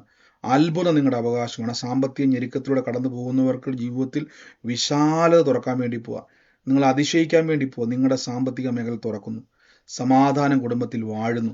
തലമുറകൾ അത്ഭുതപ്പെടുന്ന രീതിയിൽ നിങ്ങളുടെ ജീവിതത്തിൽ മാറ്റമായി വരാൻ വേണ്ടി പോകുന്നു. അത്ഭുത മാറ്റം അവരുടെ മേൽ സംഭവിക്കുന്നു.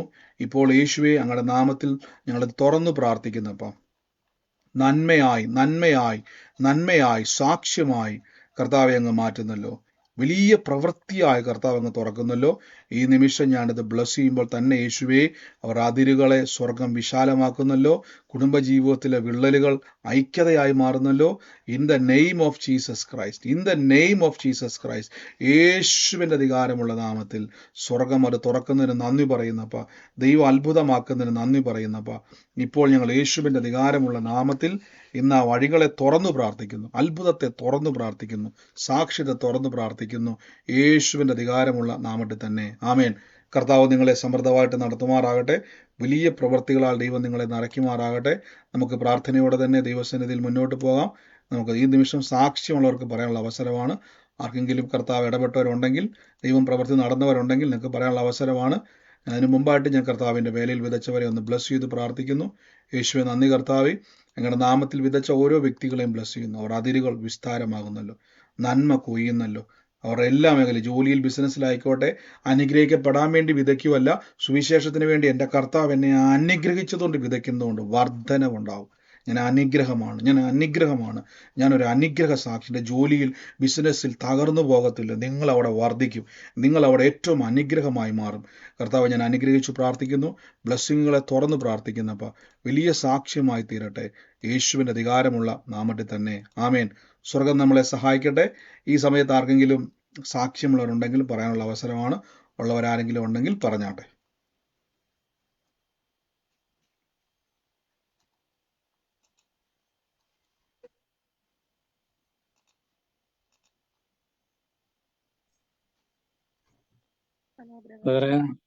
ഉം. പറഞ്ഞു പറയട്ടെ. പറഞ്ഞു. ഇന്നലെ എനിക്കുണ്ടായ ഒരു അനുഭവം ഞാൻ പറയാം. ഉം. ഇന്നലെ ഉച്ചയ്ക്ക് ഞാൻ ഭക്ഷണം കഴിക്കായിരുന്നു. ഉം. ഭക്ഷണം കഴിക്കാൻ തുടങ്ങി ഒരു 2 മിനിറ്റ് ആയപ്പോഴത്തേനും എന്റെ വയറ്റിൽ ഭയങ്കരമായ വേദന ഇങ്ങനെ വരുവാണ്. ഉം. അപ്പൊ ഭക്ഷണം കഴിച്ച് കേൾക്കുന്നുണ്ടോ? കേൾക്കുന്നുണ്ട് ബ്രദറെ, ഒരു മിനിറ്റ്. കേൾക്കുന്നുണ്ട്. അപ്പൊ ഭക്ഷണം കഴിച്ചുകൊണ്ടിരിക്കലും ഈ വേദന ഇങ്ങനെ കൂടി കൂടി കൂടി വന്നിട്ട് എനിക്ക് ഇങ്ങനെ സാധാരണ ഇങ്ങനെ അങ്ങനെ ഉണ്ടാവാറില്ല, ഇതുവരെ അങ്ങനെ ഉണ്ടായിട്ടില്ല. അങ്ങനെ വല്ലതിനും കഴിച്ചു കഴിഞ്ഞപ്പോഴത്തേനും അതിശക്തമായ വേദന എനിക്ക് അങ്ങനെ ഒരിക്കലും ഉണ്ടായിട്ടില്ല. ഒരു നിവൃത്തിയില്ല. ഞാൻ അങ്ങനെ ഇരുന്നപ്പോഴത്തേന് ഞാൻ പ്രാർത്ഥിക്കാൻ തുടങ്ങി.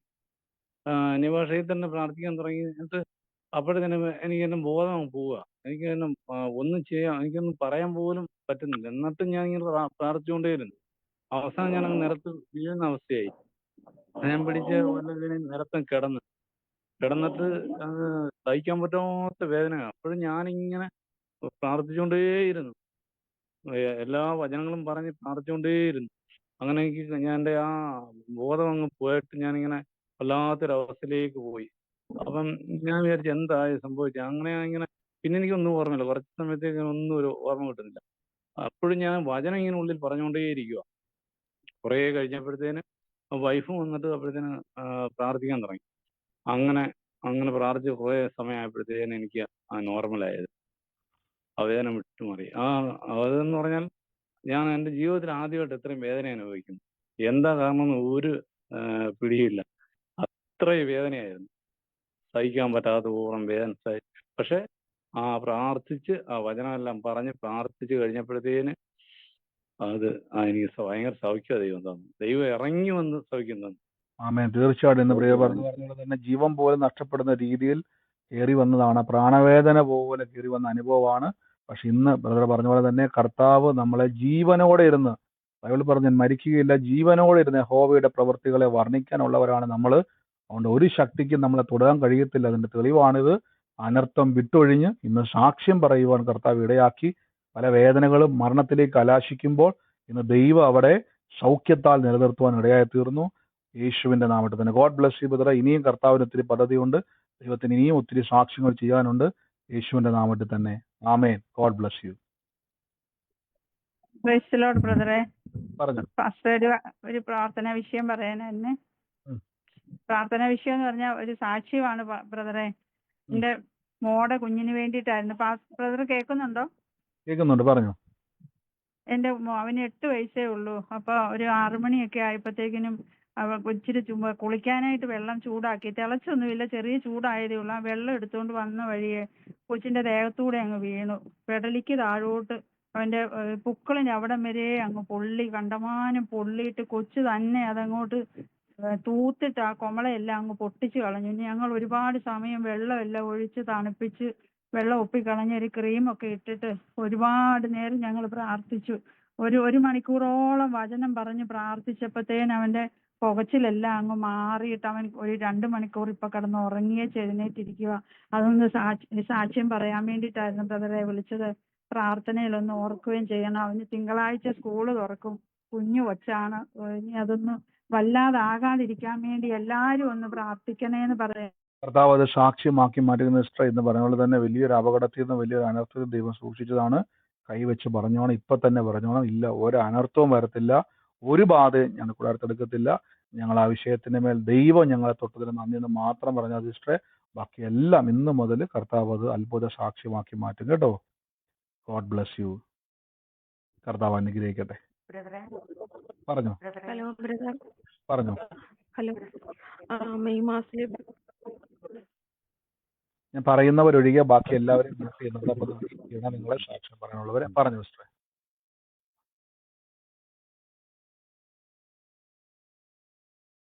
സാക്ഷിയുള്ളവർ പറഞ്ഞാട്ടെ. പറഞ്ഞു. ബ്രദറെ, എനിക്കൊരു സാക്ഷ്യം പറയാനുണ്ട്. പറഞ്ഞു. ഞാൻ ജൂലൈ ലാസ്റ്റ് വീക്ക് ആണ് ഞാൻ സൂം മീറ്റിംഗിൽ കയറാൻ തുടങ്ങിയത്. ബ്രദറ് പ്രാർത്ഥന വിഷയം അയച്ചു കഴിഞ്ഞിട്ട് എന്നോട് പറഞ്ഞു, സമാധാനവും സ്വസ്ഥതയും ഭവനത്തിലും ഉണ്ടാകും, സമാധാനിച്ചിരിക്കും, സമാധാന സ്വസ്ഥതയും ഉണ്ടാകും എന്ന് പറഞ്ഞു. അത് കഴിഞ്ഞിട്ട് രണ്ടാമത്തെ ദൂതായിരുന്നു ഇതിലും വിശാലമേറിയ ഒരു ഭവനം തരുന്നു. മൂന്നാമത്തെ ദൂതായിരുന്നു മുന്തിരിവള്ളിയും ശാഖകളെന്നും പറഞ്ഞ് യോഹന്നാന്റെ 15:1-4 വരെ വാക്യങ്ങൾ. അത് കഴിഞ്ഞിട്ട് ഒരു ദൂത് പറഞ്ഞിരുന്നു, JL തുടങ്ങണ മോതിരം ധരിച്ചവർക്ക് ഉള്ള അതൊരു ദൂത്. മിനിഞ്ഞാണ് ബ്രദർ വീണ്ടും മുന്തിരിവള്ളിയും ശാഖയുടെയും അത് വീണ്ടും ആ ദൂത് പറഞ്ഞു. പക്ഷെ ഇന്ന് ദൈവം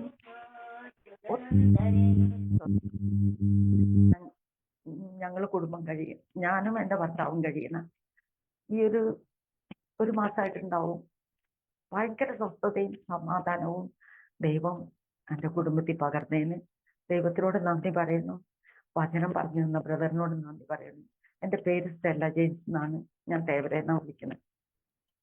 തീർച്ചയായിട്ടും ബ്രേസ് പറഞ്ഞ പോലെ തന്നെ അവരുടെ അവസ്ഥകളെ കർത്താവ് മാറ്റിയല്ലോ എന്ന് കേട്ടതുപോലെ തന്നെ കർത്താവ് ഒത്തിരി പ്രവചന ആലോചനകൾ, അടയാളങ്ങൾ ഭവനവുമായിട്ട് ബന്ധപ്പെട്ട് ഇടപെട്ടു. ജീവിതത്തിന്റെ അകത്ത് കർത്താവ് കൊടുത്ത സമാധാനത്തിനും വിശാലതയ്ക്കും നന്ദി പറയുന്നു. ഇനിയും കർത്താവ് വർദ്ധിപ്പിക്കും. ഇതൊക്കെ തുടക്കം മാത്രമാണ്. തുടക്കമെന്ന് പോലും പറയാൻ കഴിയത്തില്ല. തന്നെ പ്രാപിക്കുമെന്നാണ്. ഇനിയും കർത്താവ് അത് സാക്ഷ്യമാക്കി മാറ്റും. God bless U. പറഞ്ഞു. പറഞ്ഞു. ബ്രദറെ, ഞാൻ പാലക്കാട്ടിൽ സാവിത്രിയാണ്. ബ്രദറെ, 15 വർഷം കൊണ്ട് എനിക്ക് വേണ്ടപ്പെട്ടൊരു കുടുംബമാണ്. എൻ്റെ കടയിൽ നിൽക്കുന്ന ഒരു പയ്യനും കൂടിയാണത്. അവരെ അനിയന് ക്യാൻസറായിട്ട് ഇപ്പം കുറച്ച് ദിവസങ്ങളായിട്ട് ഭക്ഷണമൊന്നും കഴിക്കാൻ പറ്റില്ല. അപ്പൊ തീരെ വയ്യെന്ന് പറഞ്ഞിട്ട് ആലുവ കുന്നത്തേരിയിലുള്ളതാണ്. അപ്പൊ സുനിൽ എന്നാണ് പേര്. അപ്പൊ അവനെ ഹോസ്പിറ്റലിൽ കൊണ്ടുപോയി നോക്കിയപ്പം അവര് പറഞ്ഞ സ്കാനിങ് എടുക്കണം പറഞ്ഞ സ്കാനിങ് എടുത്ത് നോക്കിയപ്പോൾ ആമാശയം മൊത്തം ക്യാൻസർ ബാധിച്ചിരിക്കുകയാണ്. ഭക്ഷണം ഒന്നും കഴിക്കാൻ പറ്റില്ല. കുറച്ച് ദിവസങ്ങളായിട്ട് ഭക്ഷണമൊന്നും വേണ്ട, കഴിക്കാനും വയ്യ. അപ്പൊ ഇന്ന് ഡോക്ടറെ അടുത്ത് കൊണ്ടുപോയി നോക്കിയപ്പോൾ ആ സ്കാനിങ്ങിൽ പറഞ്ഞിരിക്കുന്നത് ഒരു മുഴ വയറ്റിൽ വളരുന്നുണ്ടെന്നാണ് പറഞ്ഞത്. അത് കട്ട് ചെയ്ത് കളയണം എത്രയും പെട്ടെന്ന് പറഞ്ഞു. അപ്പൊ മെഡിക്കൽ കോളേജിലേക്ക്, കോട്ടയം മെഡിക്കൽ കോളേജിലേക്ക് ഇന്ന് കൊണ്ടുപോയിരിക്കുകയാണ്. ആലുവ ജില്ലാ ആശുപത്രിയിൽ നിന്ന് അങ്ങോട്ട് കൊണ്ടുപോയിരിക്കുകയാണെന്ന്. ഇന്നലെ ഭക്ഷണമൊന്നും കഴിക്കാൻ പറ്റാണ്ട് ഇപ്പൊ ഞാനൊരു വാക്ക് പ്രാർത്ഥിക്കട്ടെ, എനിക്ക് യേശുവിന് ഇഷ്ടമാണോ ചോദിച്ചു. അതേ പറഞ്ഞു. അപ്പൊ ഞാനൊരു വാക്ക് പ്രാർത്ഥിക്കട്ടെ എന്ന് ചോദിച്ചു. എൻ്റെ ജീവിതത്തിൽ ആദ്യമായിട്ട് ഞാൻ ദൈവത്തിനോട് പ്രാർത്ഥിച്ചിട്ട് ഒരു വിടുതൽ ആ കുട്ടിക്ക് നടക്കുകയാണ്. കാരണം ആ കുട്ടി ഭക്ഷണമൊന്നും കഴിക്കാതിരുന്നപ്പോൾ ഞാൻ പറഞ്ഞു, മോനെ എന്താ കഴിക്കാൻ പറ്റാത്തത് എന്ന് ചോദിച്ചപ്പോൾ എനിക്കൊന്നും കഴിക്കാൻ വയ്യ, അത്ര തന്നെ എന്ന് പറഞ്ഞു. അപ്പൊ ഞാൻ പറഞ്ഞു, ശരി, നിനക്ക് എന്താണോ ഏറ്റവും കൂടുതൽ ഇഷ്ടം അത് നീ കഴിക്കുന്നുണ്ടോ, വൈകുന്നേരം ആകുമ്പോഴേക്കും നീ ഭക്ഷണം കഴിച്ചിരിക്കും, എന്തായാലും നീ വൈകുന്നേരം ആകുമ്പോഴേക്കും ഭക്ഷണം കഴിച്ചിരിക്കും പറഞ്ഞു. അപ്പൊ ഒന്നും കഴിക്കാൻ വയ്യാത്ത കുട്ടി വൈകുന്നേരം ആകുമ്പോൾ 4 ഗ്ലാസ് കഞ്ഞിയും 2 പാക്കറ്റ് ബിസ്ക്കറ്റും ഒരു ചായ ഇതൊക്കെ കുടിച്ചു സുഖമായി ഉറങ്ങി ഇന്നലെ. ഇന്ന് രാവിലെ അതുപോലെ ചായ എല്ലാം കഴിച്ചു, ഉച്ചയ്ക്ക് ഭക്ഷണം കഴിച്ചു. ഭക്ഷണം കഴിക്കുന്ന കാര്യത്തിൽ ഒന്നും കുഴപ്പമില്ല ബ്രദറെ. അതുപോലെ ഈ ആമാശയത്തിൽ ഈ മുഴ വളരുന്നുണ്ടെന്ന് പറഞ്ഞപ്പോൾ ആ കുട്ടിക്ക് ഭയങ്കര പ്രയാസം, എന്താകോ ക്യാൻസർ തന്നെയാണോ എന്ന് അവർ പേടിച്ചിട്ടിരിക്കുകയാണ്.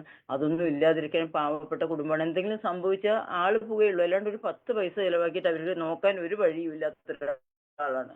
അപ്പൊ അതുകൊണ്ട് എല്ലാവരും അവർക്ക് വേണ്ടി പ്രാർത്ഥിക്കണം. ഇന്ന് സിസ്റ്ററിന്റെ പ്രാർത്ഥനയിൽ ഞാൻ കൂടിയിട്ടുണ്ടായിരുന്നു, കടയിലാണെങ്കിലും ഞാൻ ആ പ്രാർത്ഥനയിൽ കൂടി. അപ്പൊ സിസ്റ്റർ പറഞ്ഞിട്ടുണ്ടായിരുന്നു, അതായത് സഹോദരി ദൈവദാസി പറഞ്ഞിട്ടുണ്ടായിരുന്നു, പിന്നെ മിനി എന്നൊരു വ്യക്തിനെ കാണിക്കുന്നുണ്ട്, മിനി എന്ന് പറയുന്ന സിസ്റ്ററെ കാണിക്കുന്നുണ്ട്. ആ സിസ്റ്റർ ഓടി നടക്കുക ഒരു പേപ്പറിന് വേണ്ടിയിട്ട് പഞ്ചായത്തിലും വില്ലേജിലും ആയിട്ട് എന്ന് പറഞ്ഞു. അപ്പൊ ഈ കുട്ടിന്റെ ചികിത്സാ ചെലവിന് വേണ്ടിയിട്ടായിരുന്നു. ഈ മിനി എന്ന് പറയുന്ന പെങ്ങളാണ് അവരിങ്ങനെ ഓടി നടക്കുകയായിരുന്നു അതിന് വേണ്ടിയിട്ട്.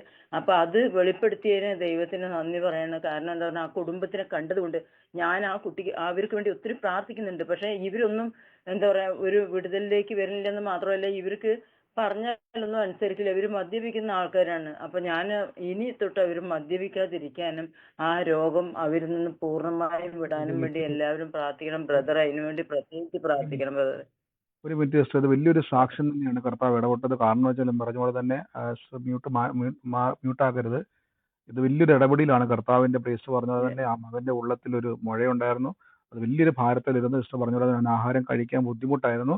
എന്നാൽ യേശുവിന്റെ നാമത്തിൽ അവന് കർത്താവിന്റെ നാമത്തിൽ പറയുന്ന സമയത്ത് തന്നെ ഇന്ന് അവന് ഭക്ഷണം കഴിക്കുവാൻ, അത് വലിയൊരു പോസിറ്റീവ് സൈനാണ്. കർത്താവിന്റെ രോഗസൗഖ്യം അവനിൽ പ്രവൃത്തി ആരംഭിച്ചുവെന്ന് ഒരു സൈനാണ്. വീണ്ടും വീണ്ടും അവനെ വചനത്താലും പ്രാർത്ഥന പറയുന്ന മുഴ നമ്മൾ എത്രയോ അത്ഭുതം കിട്ടി. കഴിഞ്ഞ ദിവസം അവർ പറഞ്ഞ പോലെ തന്നെ 6 വർഷമായിട്ടുണ്ടായിരുന്ന മുഴ അപ്രതീക്ഷിതമായതുപോലെ അവന്റെ ഉദരത്തിൽ പറയണം സർജറി കൂടാതെ തന്നെ ആ മുഴ അവിടെ നിന്ന് പോകും. ഞങ്ങൾ ഒരുമിച്ച് ദൈവത്തെ ആദരിക്കുന്ന പറഞ്ഞ പോലെ തന്നെ ഇന്ന് അൻസു സിസ്റ്റർ അല്ലെങ്കിൽ ലേഡീസ് മീറ്റ് ചെയ്ത സമയത്ത് സിസ്റ്ററെ ഈ കാര്യം എല്ലാം പറഞ്ഞിട്ടുണ്ടായിരുന്നോ? മിനിയുടെ കാര്യം എല്ലാം പറഞ്ഞിട്ടുണ്ടായിരുന്നോ? ഒന്നും പറഞ്ഞില്ല ബ്രദറെ.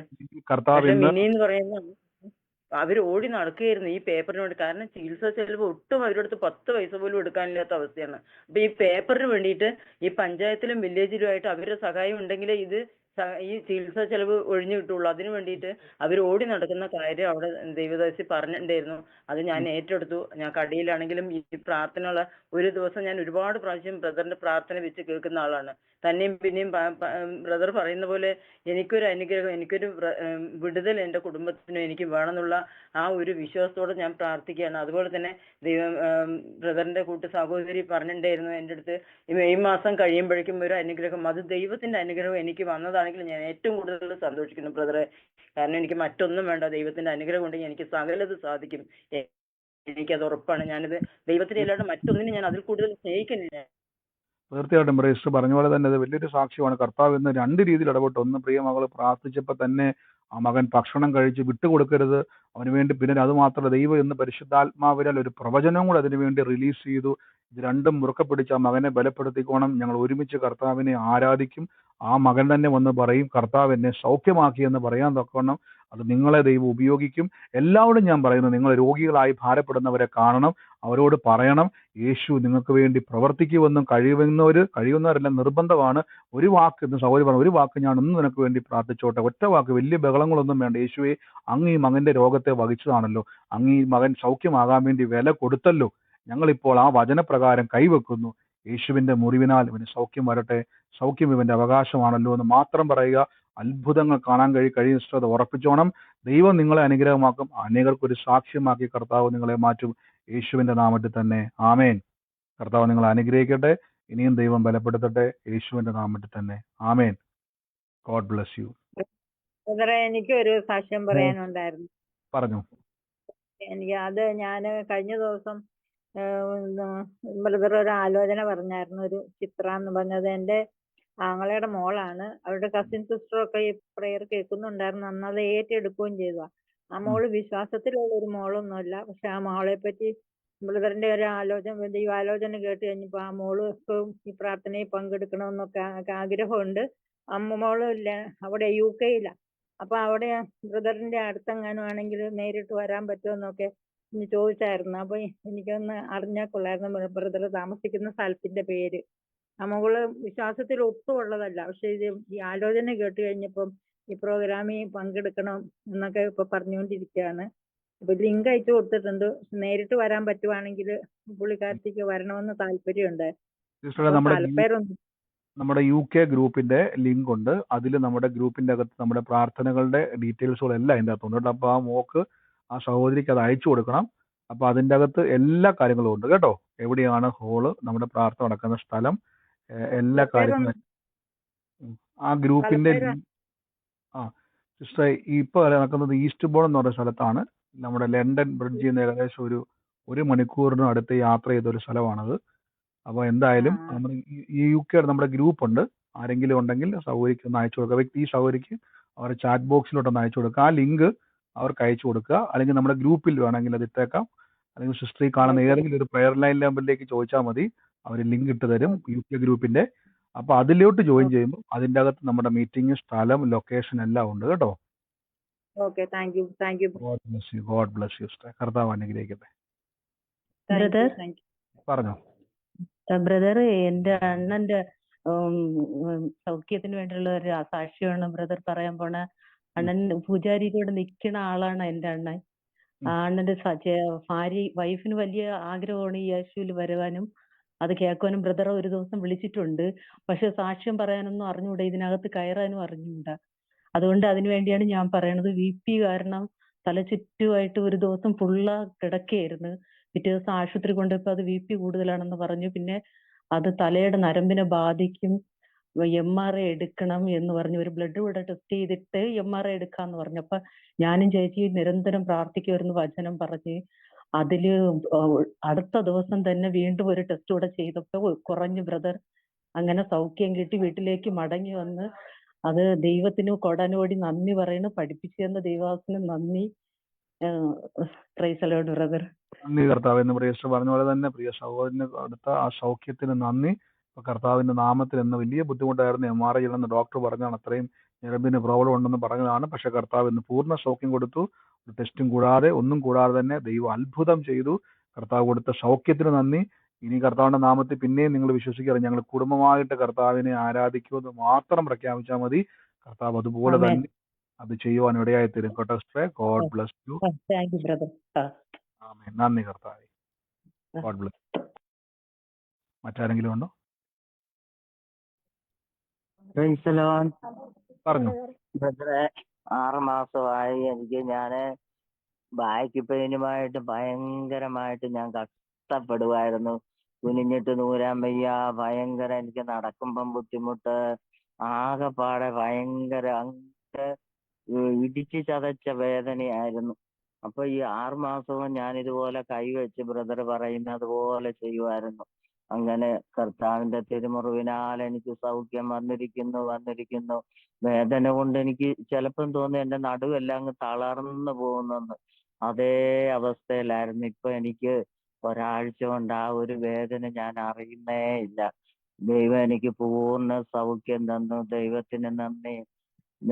ബ്രദർ തന്ന വാക്യത്തിനും വചനത്തിനും ഒക്കെ നന്ദി. അത് പറഞ്ഞ് പ്രാർത്ഥിപ്പാൻ എനിക്ക് തന്ന അറിവിന് നന്ദി പറയുന്നു. എനിക്കിപ്പോ പൂർണ്ണ സൗഖ്യമായി. എനിക്ക് ഇത് വലിയൊരു സാക്ഷ്യമാണ് പ്രേക്ഷ പറഞ്ഞത്. 6 മാസമായിട്ട് വല്ലാത്തൊരു വേദനയായിരുന്നു. നടു ഇടിഞ്ഞു പോകുന്ന തരത്തിലേക്ക് വേദനയായിരുന്നു. അസാധാരണമായ വേദനയായിരുന്നു.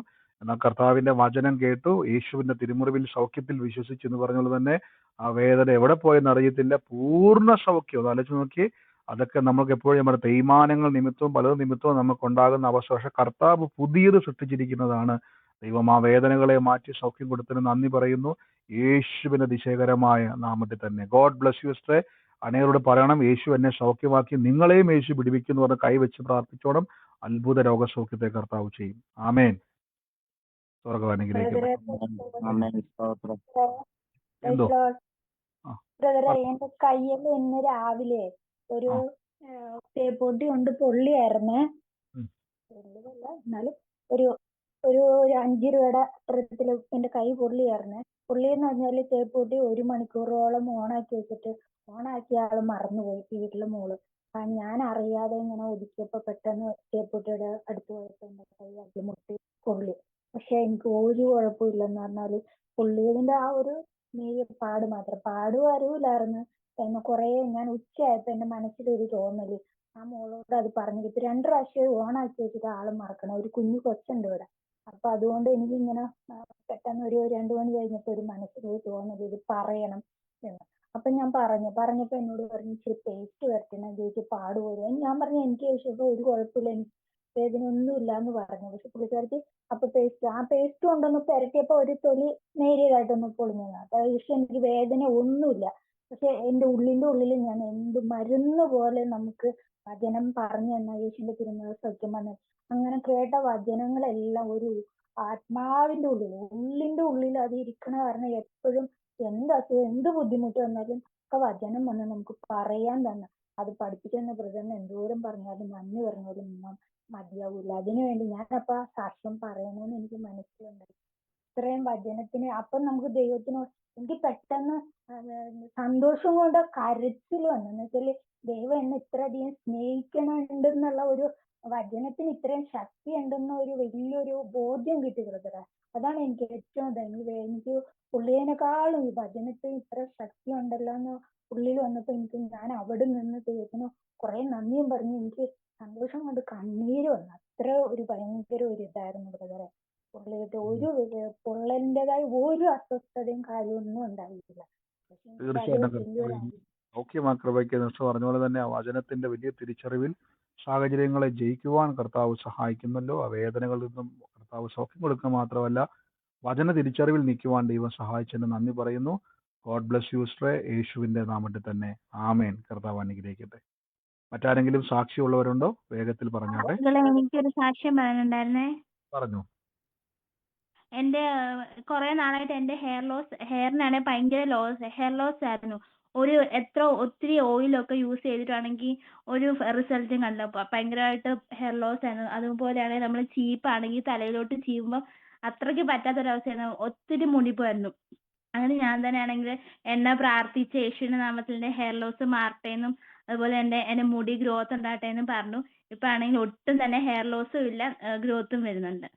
ആമേൻ. കർത്താവെ അങ്ങ് സൗഖ്യമാകൃപയ്ക്ക് തന്നെ നമ്മുടെ എല്ലാ കാര്യങ്ങളും നിങ്ങൾ കൈവച്ചോണം. എല്ലാ സിസ്റ്റർ പറഞ്ഞ പോലെ തന്നെ കർത്താവിന്റെ നാമത്തിൽ പറഞ്ഞ് പലതും പ്രയോഗിച്ചിട്ട് നടന്നില്ല. പക്ഷെ കർത്താവിന്റെ മുറിവിനാൽ ഇന്ന് ആ സൗഖ്യം ഉണ്ടാകട്ടെ എന്നുള്ള വചനം വിശ്വസിച്ച് ഇന്ന് പറഞ്ഞ പോലെ തന്നെ ഹെയർ ലോസുകൾ എല്ലാം നേരെയാവുമെന്ന് പറഞ്ഞു. ആ മുടി വളരുവാൻ ഇടയായി തീർന്നു. ഇനിയും ഏത് വിഷയം വന്നാലും കർത്താവിന്റെ നാമത്തെ ഉപയോഗിക്കുക, യേശുവിന്റെ നാമത്തിൽ തന്നെ. ആമേൻ. കർത്താവ് അനുഗ്രഹിക്കട്ടെ. മറ്റാരെങ്കിലും ഉണ്ടോ സാക്ഷ്യം പറയുവാൻ ഉള്ളവരുണ്ടെങ്കിൽ വേഗത്തിൽ പറഞ്ഞു. ഹലോ ബ്രദറെ. പറഞ്ഞു. ഹലോ ബ്രദറെ. പറഞ്ഞു.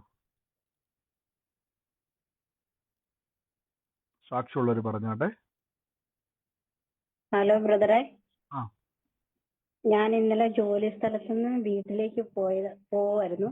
അപ്പൊ വീട്ടിലേക്ക് ചെല്ലുമ്പോഴൊന്നും കാലിനൊന്നും അത്ര വേദനയില്ല. തിരിച്ചു വന്നപ്പോഴത്തേനും ബസ്സിൽ കയറി ഭയങ്കര വേദന എന്ന് വെച്ചാൽ നമുക്ക് സഹിക്കാൻ പറ്റാത്ത വേദന, അസ്ഥിയൊക്കെ അങ്ങ് വിട്ടുപോകുന്ന പോലെ ബസ്സിൽ ഇറങ്ങിയിട്ട് വേറൊരു ബസ് കയറി വേണം ജോലി സ്ഥലത്തേക്ക് തിരിച്ചു വരാൻ.